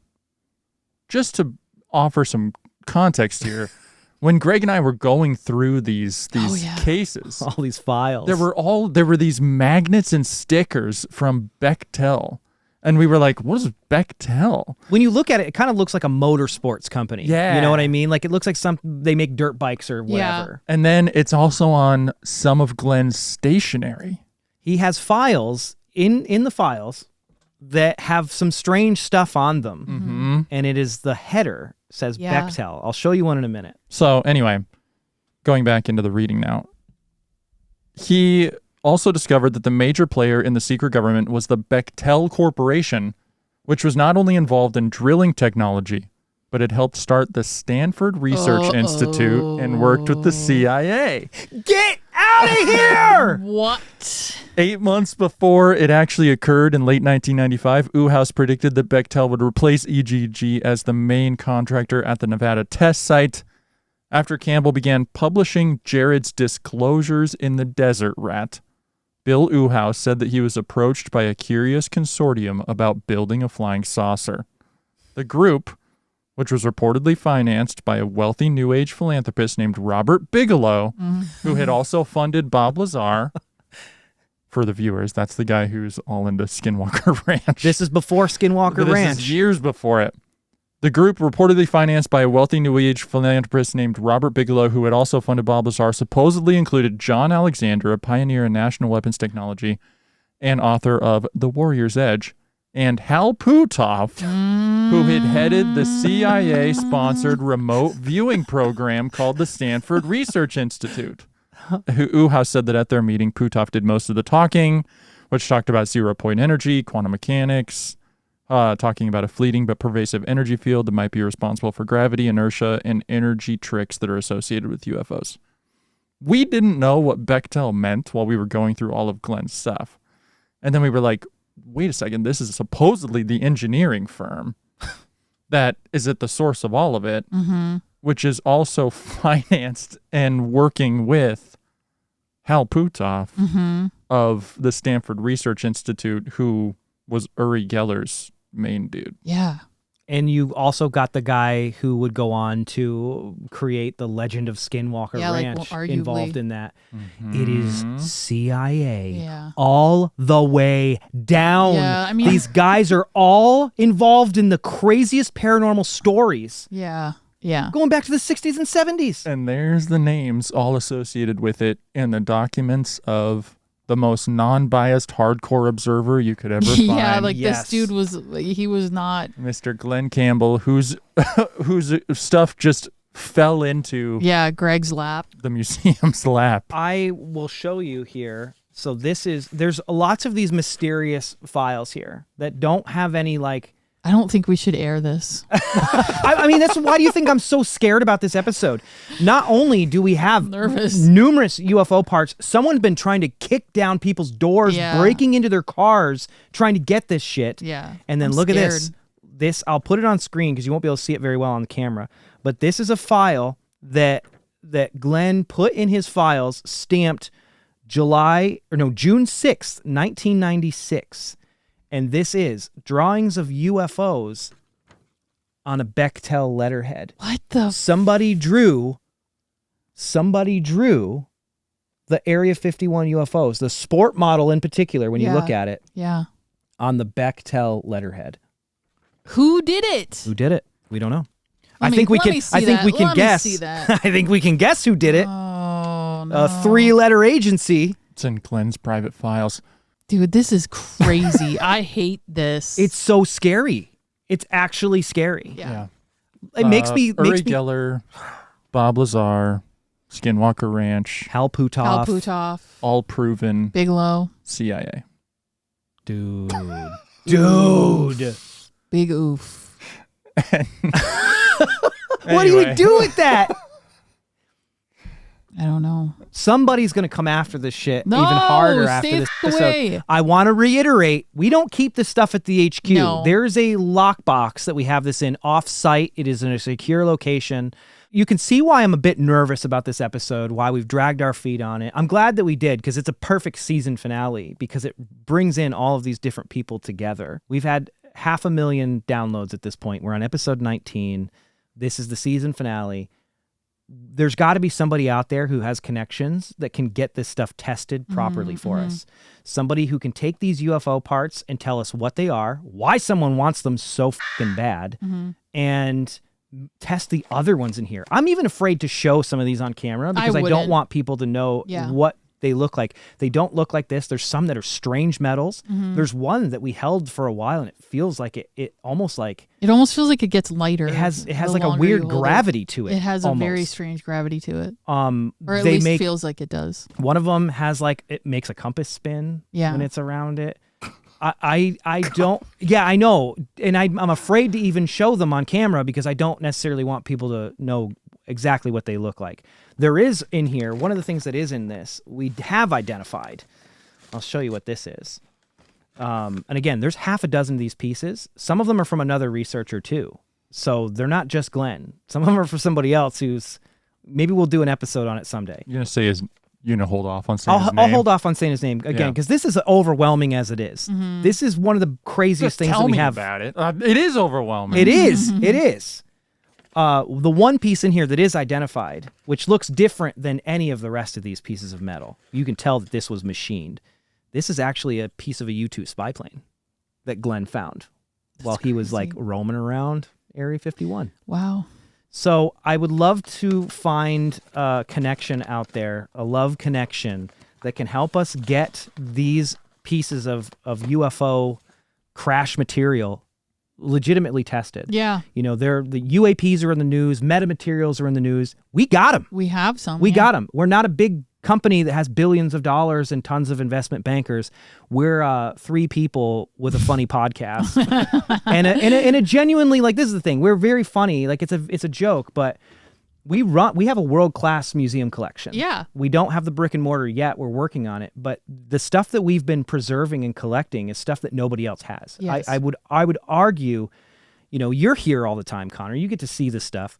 We have probably one of the largest collections of significant artifacts relating to the unexplained from all across the board. Mm-hmm. Yeah, can never be bored. But the problem is they're all in boxes right now. Mm-hmm. Yes. Because they don't have a place to go yet. Yes. They So, will. We're working on that. Subscribe. Yeah. Sure. Yeah. If you want to help us get these tested, become a museum member. Yeah. Patreon.com/paramuseum. If you're going to miss us while we're gone on our break, we're going to be out shooting some stuff, going on a nationwide speaking tour this fall. If you miss us while we're gone, join the museum, because we do at least 2 live streams that are kind of podcast episodes. Yeah. The one of them we just kind of hang out and catch up for a few hours. We do lots of experiments and lots of investigations and all sorts of fun stuff. Just last week, we did a live ghost hunt for 5 hours from a secret location. That was super fun. Everybody liked that. So join the museum. It helps us do legitimately great work. Yeah. It helps us preserve stuff like this. If it wasn't for museum members, I wouldn't have been able to get this storage unit. Yeah. And God knows what would have happened to all Glenn's stuff. Mm-hmm. So if you know somebody who can do some analysis on these metals safely, that we can trust, who's And not you're going not to whisk CIA. them off. Yeah, and you're not CIA. Which is getting harder and harder to find. I know. No! I can't, like, the more we're reading, I'm like, oh, man. Dang it. Everything. Yeah. Everything. Which is funny because I'm wearing a T-shirt. It's like, how many people in the comments are going to be like, I know. Connor's the CIA? Oh, wait a second. It's like, hey, guys. Yeah, we get it. It's funny. Yeah. I just like the band. Jeez. Isn't and, it? And aliens. It's funny that I just get doing this podcast where I'm like, no, we're going to be like right down the middle of the road. We're going to be very skeptical when we need to be. We're going to have fun when we need to. We can believe and not believe. It's making me paranoid. Yeah. I mean, it's hard not to, especially when you look at the history of some of these people and the things that they've done or the things they've had happen to them. Scary. I don't know how more. I just don't know how more people aren't putting this together. Yeah. Or maybe they are, and I'm looking in the wrong places. But you don't see people in like the mainstream paranormal genre going like, "Hey, just so you know, Yeah. these guys are all working for the fucking CIA." Yeah. Yeah.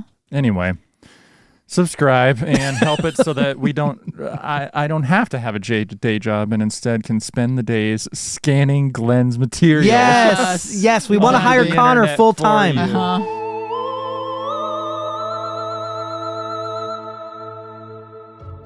This episode is brought to you by the Newkirk Museum of the Paranormal Membership Program. Become a museum member and take part in live paranormal investigations. Receive Dana's Magic of the Month subscription box, access in-depth artifact case files, and gain access to hundreds of hours of exclusive content available only to members. To become a member, visit patreon.com/paramuseum.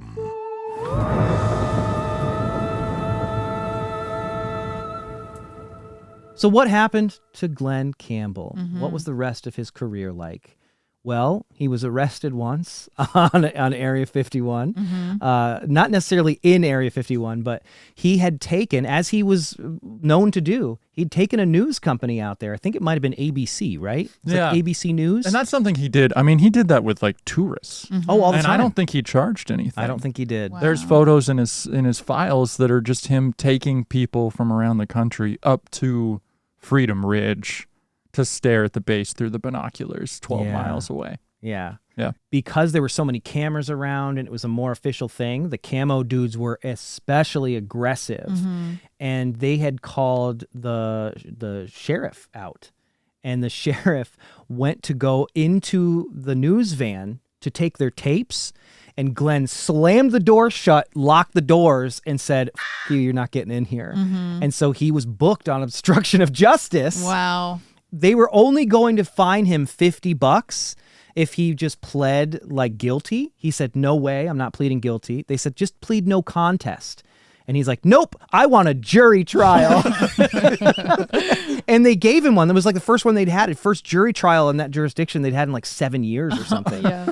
And he was found guilty. Yeah, of course. So he ended up having to pay a fine of $315 as opposed to his $50. But he made his point. Yeah. He stuck to his guns. Yeah. The one other thing that Glenn did during the end of his time at Area 51, which I just think is so funny, Is very funny. you might not know, Area 51 is such a big deal now. The highway that goes through Rachel that you have to drive on to get to Area 51 is famously known as the Extraterrestrial Highway. We've been there. It's really cool. They got a cool sign. That was actually dedicated by the producers, by Fox, by the producers of Independence Day. It was a tie-in with the release of Independence Day. Planet Hollywood also helped fund it. dated reference.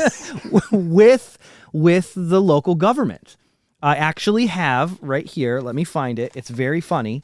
I have Glenn's invitation to the unveiling of the Extraterrestrial Highway sign. I have it right here. It says,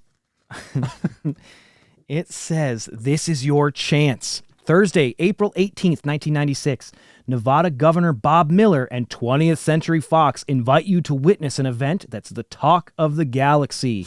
The official dedication of Nevada Highway 375 as the Extraterrestrial Highway. You'll be joined by the producers and stars of Independence Day, the soon-to-be-released epic adventure film that promises to answer the question of what if. As one of the chosen few, you'll be transported by our VIP shuttle fleet, leaving at 10 a.m. from the west parking lot, blah, blah, blah, blah, blah. Anyway, Glenn was invited to this, and he fucking hated this idea. Yeah, Glenn was like, no, thank you. He said, this is a serious thing.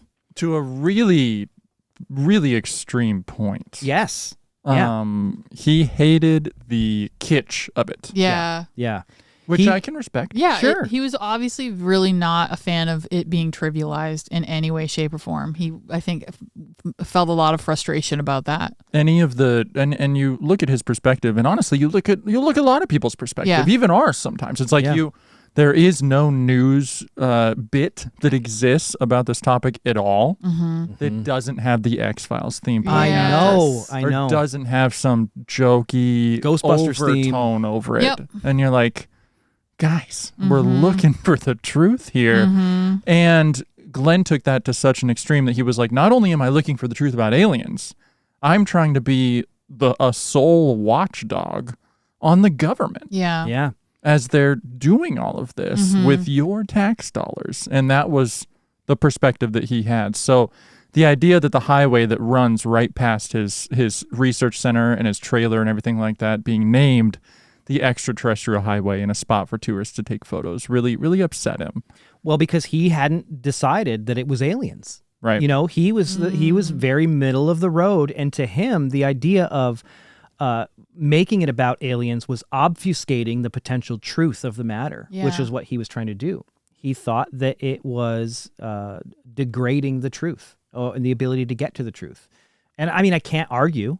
You know, it's the more that things are covered by the pop culture idea of what Area 51 is, the less easy it's going to be to find out what's actually going on there. Fun, silly stuff is fun, and it's silly and it's enjoyable. But for somebody who's sort of dedicated his entire life to actually wanting to understand the truth of what that place is used for, it's probably very frustrating because he knew that it would make his job a whole lot harder. So there's a quote here about how Glenn felt, why he was so against the idea of commercializing the so-called extraterrestrial highway. He says, while Campbell believed that some of the reports that the government has been working with alien hardware deserve serious attention, he charged that the highway destination would not only make light of such claims, but would encourage the misidentification of military activity and trivialize the political significance of Area 51. Many serious environmental, fiscal, and worker rights issues remain unresolved at the Groom Lake base, Glenn wrote. Institutionalizing a lighthearted approach to the area distracts from these issues and makes it much more difficult to have them taken seriously. Campbell's letter received no attention at the hearing as, according to the Associated Press, quote, proponents donned space alien masks, antennae, and pointy ears as they made their pitch. Cheese balls. Yeah. So you know what Glenn did? What? Glenn did the funniest thing. Yeah. Glenn and a bunch of people that he worked with who are also invested in the truth, they formed Operation Coyote, which Glenn spearheaded, which was named after Wile E. Coyote. The idea was the day that the extraterrestrial highway sign was to be groundbroken, they were supposed to all meet at the Little Alien Inn out in Rachel, Nevada, and that's where they were going to have this ceremony. Producers are there, but also like the governor, all the stars of the movie, the Hollywood press is there. Important people a ton of people are showing up for the unveiling of this cheesy sign out in the desert. Important people being it. carted out to the desert, Yeah. middle of nowhere, 3 hours from Las Vegas. Yeah, and there is nothing out there. It's not like they could go hang out at the Target. There's nothing happening out there. It's just desert. And who is out there setting a trap? Wile E. Coyote himself, Glenn Campbell. Yeah. Meet. Glenn gets a bunch of his buddies together, and they decide, well, you know what? We're going to give them a little help getting where they're going. So they put up all of these arrows that help point everyone to the Little Alien. Except they wait till the police go by, and then they switch the arrows. And they send all of these people directly to the Area 51 base. Oh, my God. Who, I will say, I don't think we're terribly excited about this because, number one, it's more attention. But also, I think they denied the producers of Independence Day any ability to shoot out there. Oh, yeah. I think they filmed it on the Salt Flats. Yeah, they that went out makes to like sense. Utah. Yeah. And I think it's because Area 51 was still a secret base at this time. Yeah. And so the listeners maybe have already made this connection, but another character now Full circle. from this whole group of podcasts we've been doing, and who is one of the very big stars of Independence Day? Mr. Jeff Goldblum. Jeff Goldblum. So Glenn had a run-in with Jeff Goldblum. Yep. Glenn and all of his friends, they called themselves the E.T. Highway Insurrection Force. Oh, my God. And they had these T-shirts made, these bright yellow T-shirts that they protest with. ID4 buys E.T. Gov. Whose highway is it? By the E.T. Highway Counterinsurgency Forces, Rachel, Nevada, April 18th, 1996. They had signs, big yellow signs, and they basically mocked all these guys and then sent them in the wrong direction to try and screw the whole day up. So they sent Jeff Goldblum just off into the desert. Back to his home on Area 51. That's true. Back know to his crafts. He is an alien. He's an ultra-terrestrial. He definitely So is. he probably was well acquainted with the base. Yes. If you want one of these shirts, we have so many of these. A lot of these are going to our museum members, but we will give one of these away to the very first person who posts an image of them or a video of them listening to the podcast at the Little Alien. Yeah. Oh, nice. Go to the Little Alien, listen to this podcast. Have the grilled cheese. Yes. And we'll send you one of these shirts. These are rare. Yeah, they're unbelievably dead stock. rare. They were made for us one specific date. That's it. And we'll send one to you. That was heading towards the end of Glenn's career at Area 51. He eventually shut down the Desert Rat. It got too much for him. He became too much of a figurehead, he said, and he didn't like the responsibility of having to keep up with it. He believed that they had met their goals with it. He actually wrote this private email to the Interceptors, who are another group that did the same kind of similar work that Glenn did. They often worked together. He said, "Psycho Spy passed away last night. No more of the royal we. No more desire to comment or keep up on everything that goes around on Area 51. Since the Desert Rat was his creation, the newsletter will have to end with the current issue. This is a good breaking point because virtually every story the Desert Rat was working on has come to a conclusion, at least for the time being. The lawsuit has failed. My appeal has failed. Freedom Ridge was lost." Yeah, the government took over Freedom Ridge. Yeah. One of the last great vantage points. So now you got to go back to being 30 miles away from the base. Yep. All the best photos you can't take anymore. The Alien Highway has become an official designation, and there is no longer any need for additional Area 51 publicity. In killing off Psycho Spy and the Rat, I'm freeing myself of the obligation of producing the newsletter, which was ceasing to be fun anymore. I was becoming an institution, which is not a comfortable place to be, since you have to start pleasing everyone. I would rather return to my terrorist roots. Oh my goodness. It's a maniac. What a madman. Oh my God. I'm going to find somewhere else in the desert Yeah. To terrorize. to lay down. And My work here is done. I mean, we're making him sound like just this really far out there kind of guy. Very grounded. He was. Truly, he was like a journalist who didn't care about the general news. Yeah. He found his story and did nothing but that Yeah. Yeah. for years. We see that so much in the paranormal field, though. There's so many people involved in the unexplained where there's just a fixation, and that's what you know. I mean, I know I suffer from it. Yeah. I would argue we probably all do. He also had some conclusions that he wrote about, not only in The Desert Rat, but also in later publications. He was very active on Twitter and things like that, often not posting about aliens. He kind And of Area gave that 51, stuff up. It sort of left his repertoire Yeah. after the 90s. Which, respect. He moved on to something else because he did a lot of work at Area 51. We've got it all over this basement right now. But he did make a couple of statements about sort of what he thought the truth about Bob Lazar's story was. He reached a similar conclusion where basically he thought that maybe Bob Lazar was given what he called irrelevant assignments until he ended up breaching national security, right? It was a test. A test. Yes, He to thought see if maybe- he could be trusted. Maybe it was a test to Yeah. see that, which maybe is the case. 'Cause Reminds you of Mirage Men, things like that. Because there's correspondence to Bob Yeah. in a lot of these files, and he seemed to respect him. He seemed to actually like the guy. Yeah. Even when he was like, I don't necessarily buy this entire story, he was still very respectful of Yeah. him.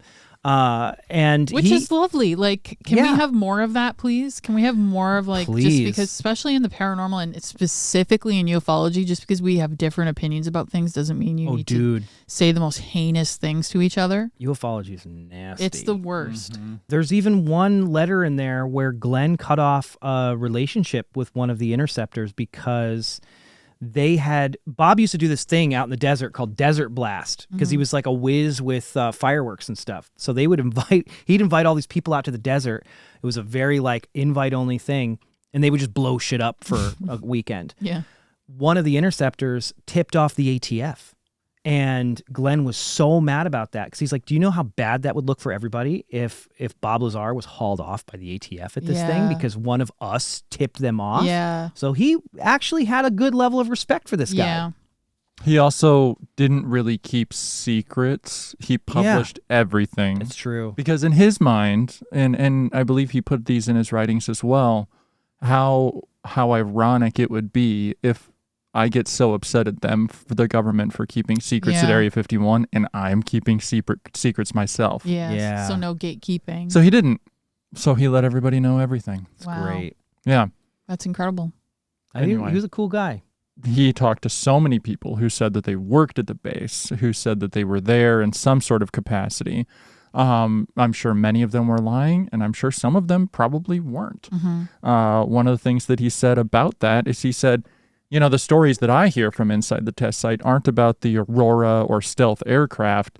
They're about waste and mismanagement, people spending years on programs that never work or get used. Most companies don't enjoy the privilege of keeping all their operations secret, but it turns out that the military does. So there's no way to find out if our tax dollars are being spent wisely. So that was sort of the mantra that he had, which is, again, just a fascinating look into his perspective on it and the psyche and everything like that. And he did not dismiss the alien hypothesis, Yeah. thinking that it still could potentially be a possibility. Who really knows? He was more anti-secrecy than pro-UFO, though. Yeah. Yes. Given the two options. Really fascinating guy. My question to you two is, do you think the government is justified? Does this keep us safe? Oof. And that's a question that we all have to ask ourselves, Yeah. right? Yeah. I don't have a good answer. I don't have a good answer either. I don't have I don't have a solid answer.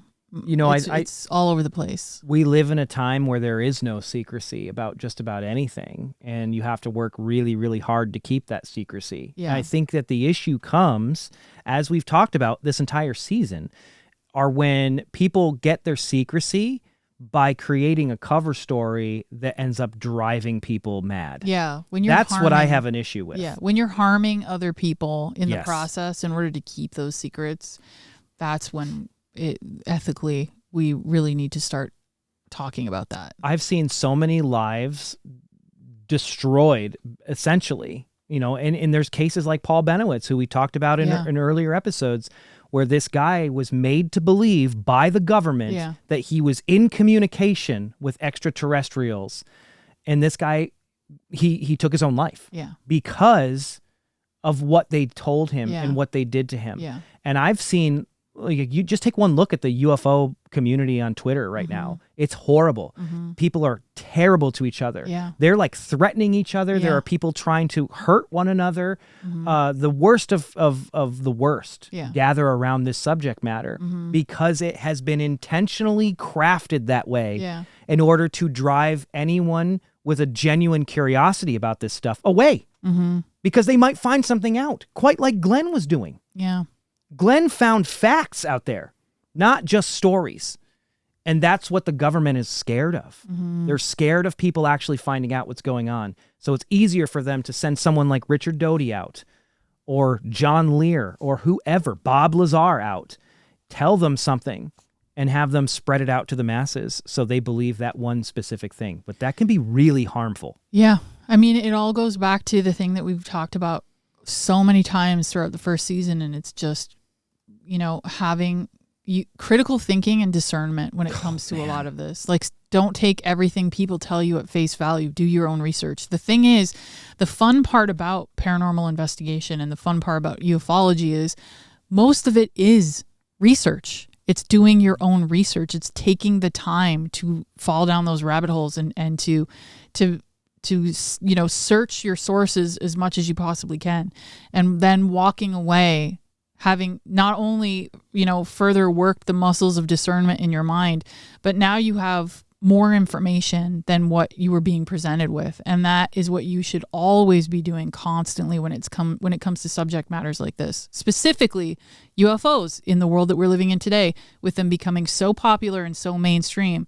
We should look at them constantly with our discernment caps on as much as we possibly can. One of the best pieces of advice that Glenn gives in the Area 51 Viewer's Guide is simple. It's one sentence. Don't decide what you're going to see before you get there. Yeah. When you do that, you're giving people an opening to exploit what you hope to see. Yes. Not what you will see. Yeah. What about you?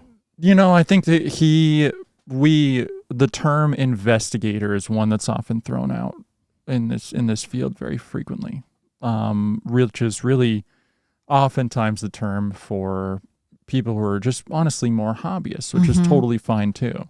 But it's like, I'm a paranormal investigator. It's like, Glenn Campbell's the first person that I've ever come across. It's like, he's an investigator, dude. No. Like, hardcore stakeout investigator. I haven't seen such an impressive array like that.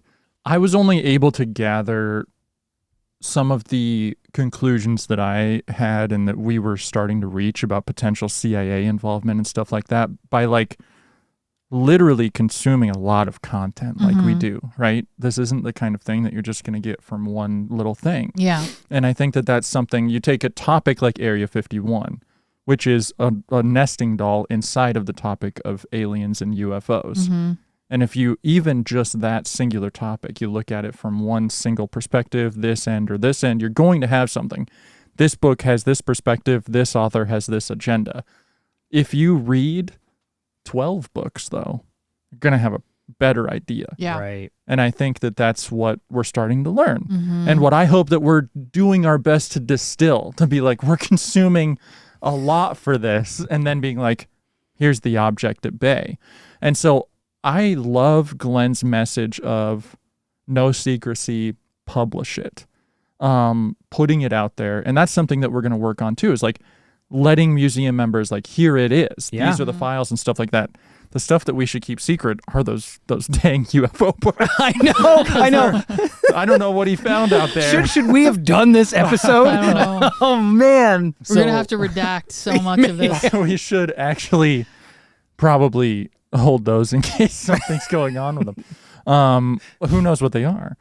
But that's kind of the joy of it, right? Yeah. And that's what I've really loved about it. So I've loved looking at this from being inspired as an investigator. Well, Glenn passed away in December of 2021. He lost a battle with lymphoma, which is an aggressive type of cancer. Glenn, not a ton of people knew who Glenn was when he passed away. He'd left it behind. It was really just the old hats who still remembered him. And there's a really lovely obituary that was written on dreamlandresort.com.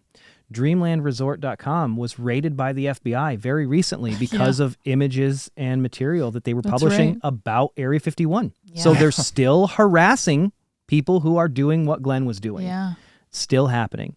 I didn't see this on the forum, but I wanted to update everyone.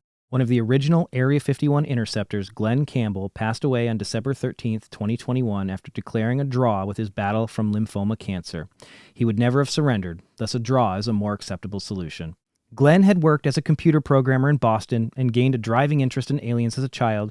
As he said, I wanted them to help me escape.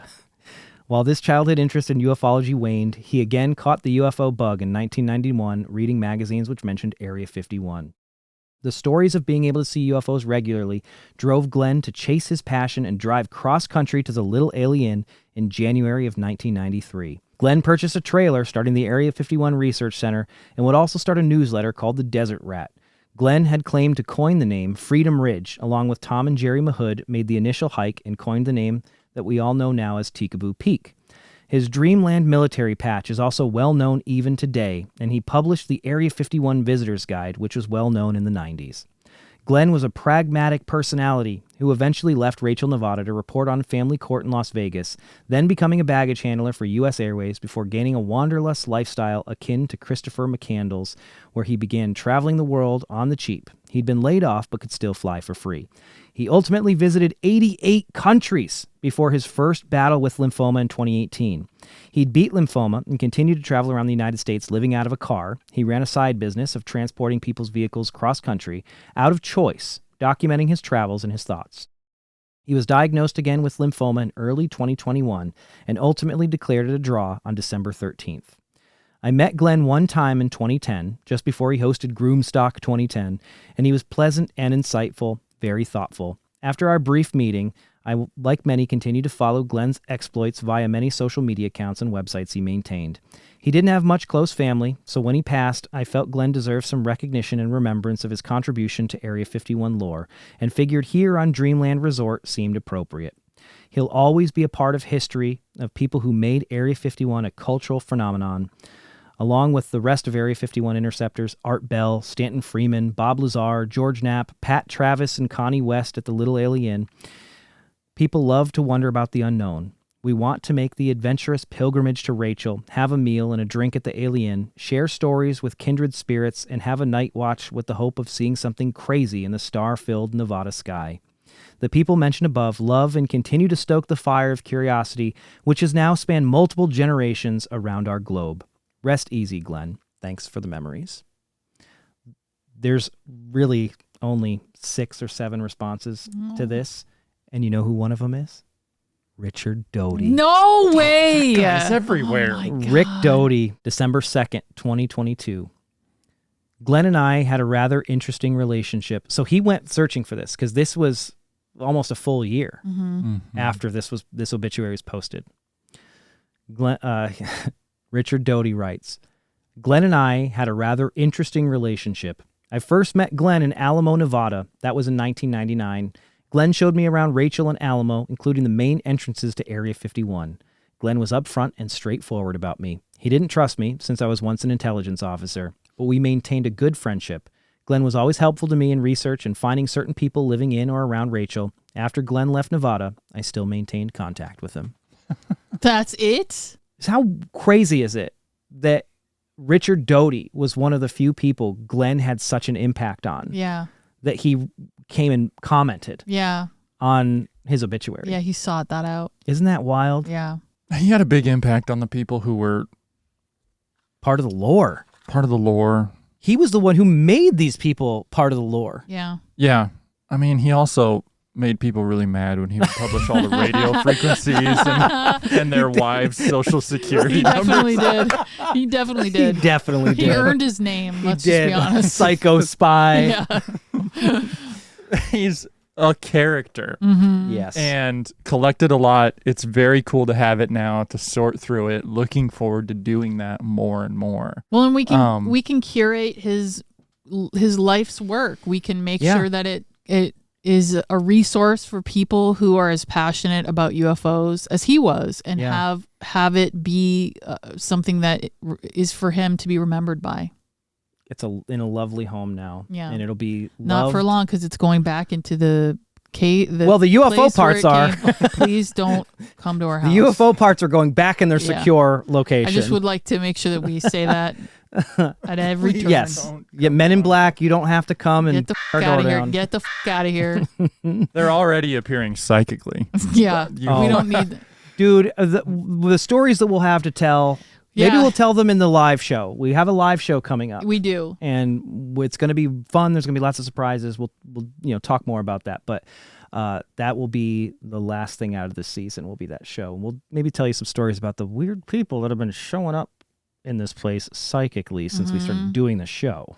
In this office. I see you. No, you are. I think the best way to close this episode out and to close this season out is with a quote from Glenn himself about how he felt and looked at the UFO mystery. Glenn said, "I realized that the subject represented an intellectual challenge, a way to explore the nature of truth. This field is full of nuts and ridiculous folklore, but that doesn't mean there isn't some truth hiding behind it. The situation is intriguing precisely because there's no physical evidence. It's so vague and ambiguous, Sherlock Holmes would love it. UFOs are like a Rorschach test. When people look at a light in the sky, what they see indicates something about what's inside them. And Rachel is the place to look at people looking at UFOs." I think that sums up why we do what we do and why we love doing this podcast, is because it's a way to look at people looking at weird things. We're those people too. We're part of those weird people looking at weird things. Yeah. And it means a lot to me to see the way that people internalize this stuff, what it means to them, and how legitimately these trinkets that people might not care a whole lot about, it changes their lives. Mm-hmm. There's something deeply impactful about the unexplained and the way that people interact with it. And we get to explore it here every other week. I think it's important. And I think that people like Glenn are important. And there's not a whole lot of people that remember Glenn anymore. Stop making me cry.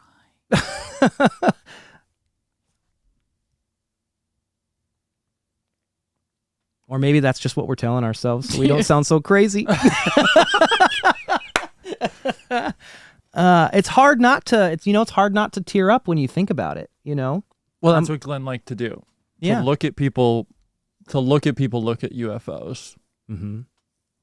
And I think you started the collection that you did, and we made this podcast like we did because we like looking at people look at weird things. Yep. Why is it so sad? I think it's sad because I think like in Glenn's case, you sort of maybe you have an example of someone who's so, I think his fascination and his fixations isolated him from other people a lot. Mm-hmm. And I think his internal moral compass probably was incredibly intense for the average person who just wants to have fun and goof around with UFOs. And I think that for a lot of people who are deeply invested in the subject matter, that's really relatable. Yeah. It's really relatable to feel frustrated about shitty paranormal TV, and to have the average person be like, it's just fun and games, and you're on the other side of it looking at like the true damage that it does cause in a lot of places. Yeah. So I think Glenn is this like deeply relatable person for like highly passionate people that are into the paranormal just in general, because he I think probably had a difficult time not finding people who got it on the same kind of level that he did. Yeah. And so I think it makes his story actually a little bit sad. But my hope is that all of his life's work, like all of the blood, sweat, and tears that he put in over the years has managed to make its way to a group of people who recognize the value of it. Yeah. And we can give it that attention that it deserves. We can give him the attention that he deserves, because in a lot of ways, the people who aren't telling the truth, the people who over dramatize things, are the ones who always get attention. And you get people who maybe are speaking authentically who get kind of swept away. And I think Glenn is likely that kind of person. And I think it was probably very frustrating for him. So I'm glad that the museum is this sort of final resting place for his material. And that my hope is that it isn't really a final resting place. I hope that it inspires other ufologists. I hope that there's material here that could be valuable for other people. And I hope at the end of the day that this is really just a jumping off point for even more research to happen. And that Glenn maybe was part of a group of people who laid that foundation that we all can kind of benefit from. So I think it's important to like remember those people. And that's the kind of thing that I hope that the listeners are taking out of this. They're taking inspiration to go and have those adventures and to live those stories and to find out the truth, whatever it might be. Glenn loved looking at people, looking at UFOs. We love looking at people, looking at all kinds of weird stuff. And that's why this crashed UFO wreckage from Area 51 is a haunted object. The Haunted Objects podcast is hosted by Greg and Dana Newkirk, produced by Connor J. Randall, with photography directed by Carl Pfeiffer, and features exclusive artifacts from the Newkirk Museum of the Paranormal. To learn more about the artifacts featured in this episode, take part in live interactive experiments, and enjoy exclusive Haunted Objects content, become a museum member at patreon.com/paramuseum. This has been a Planet Weird production.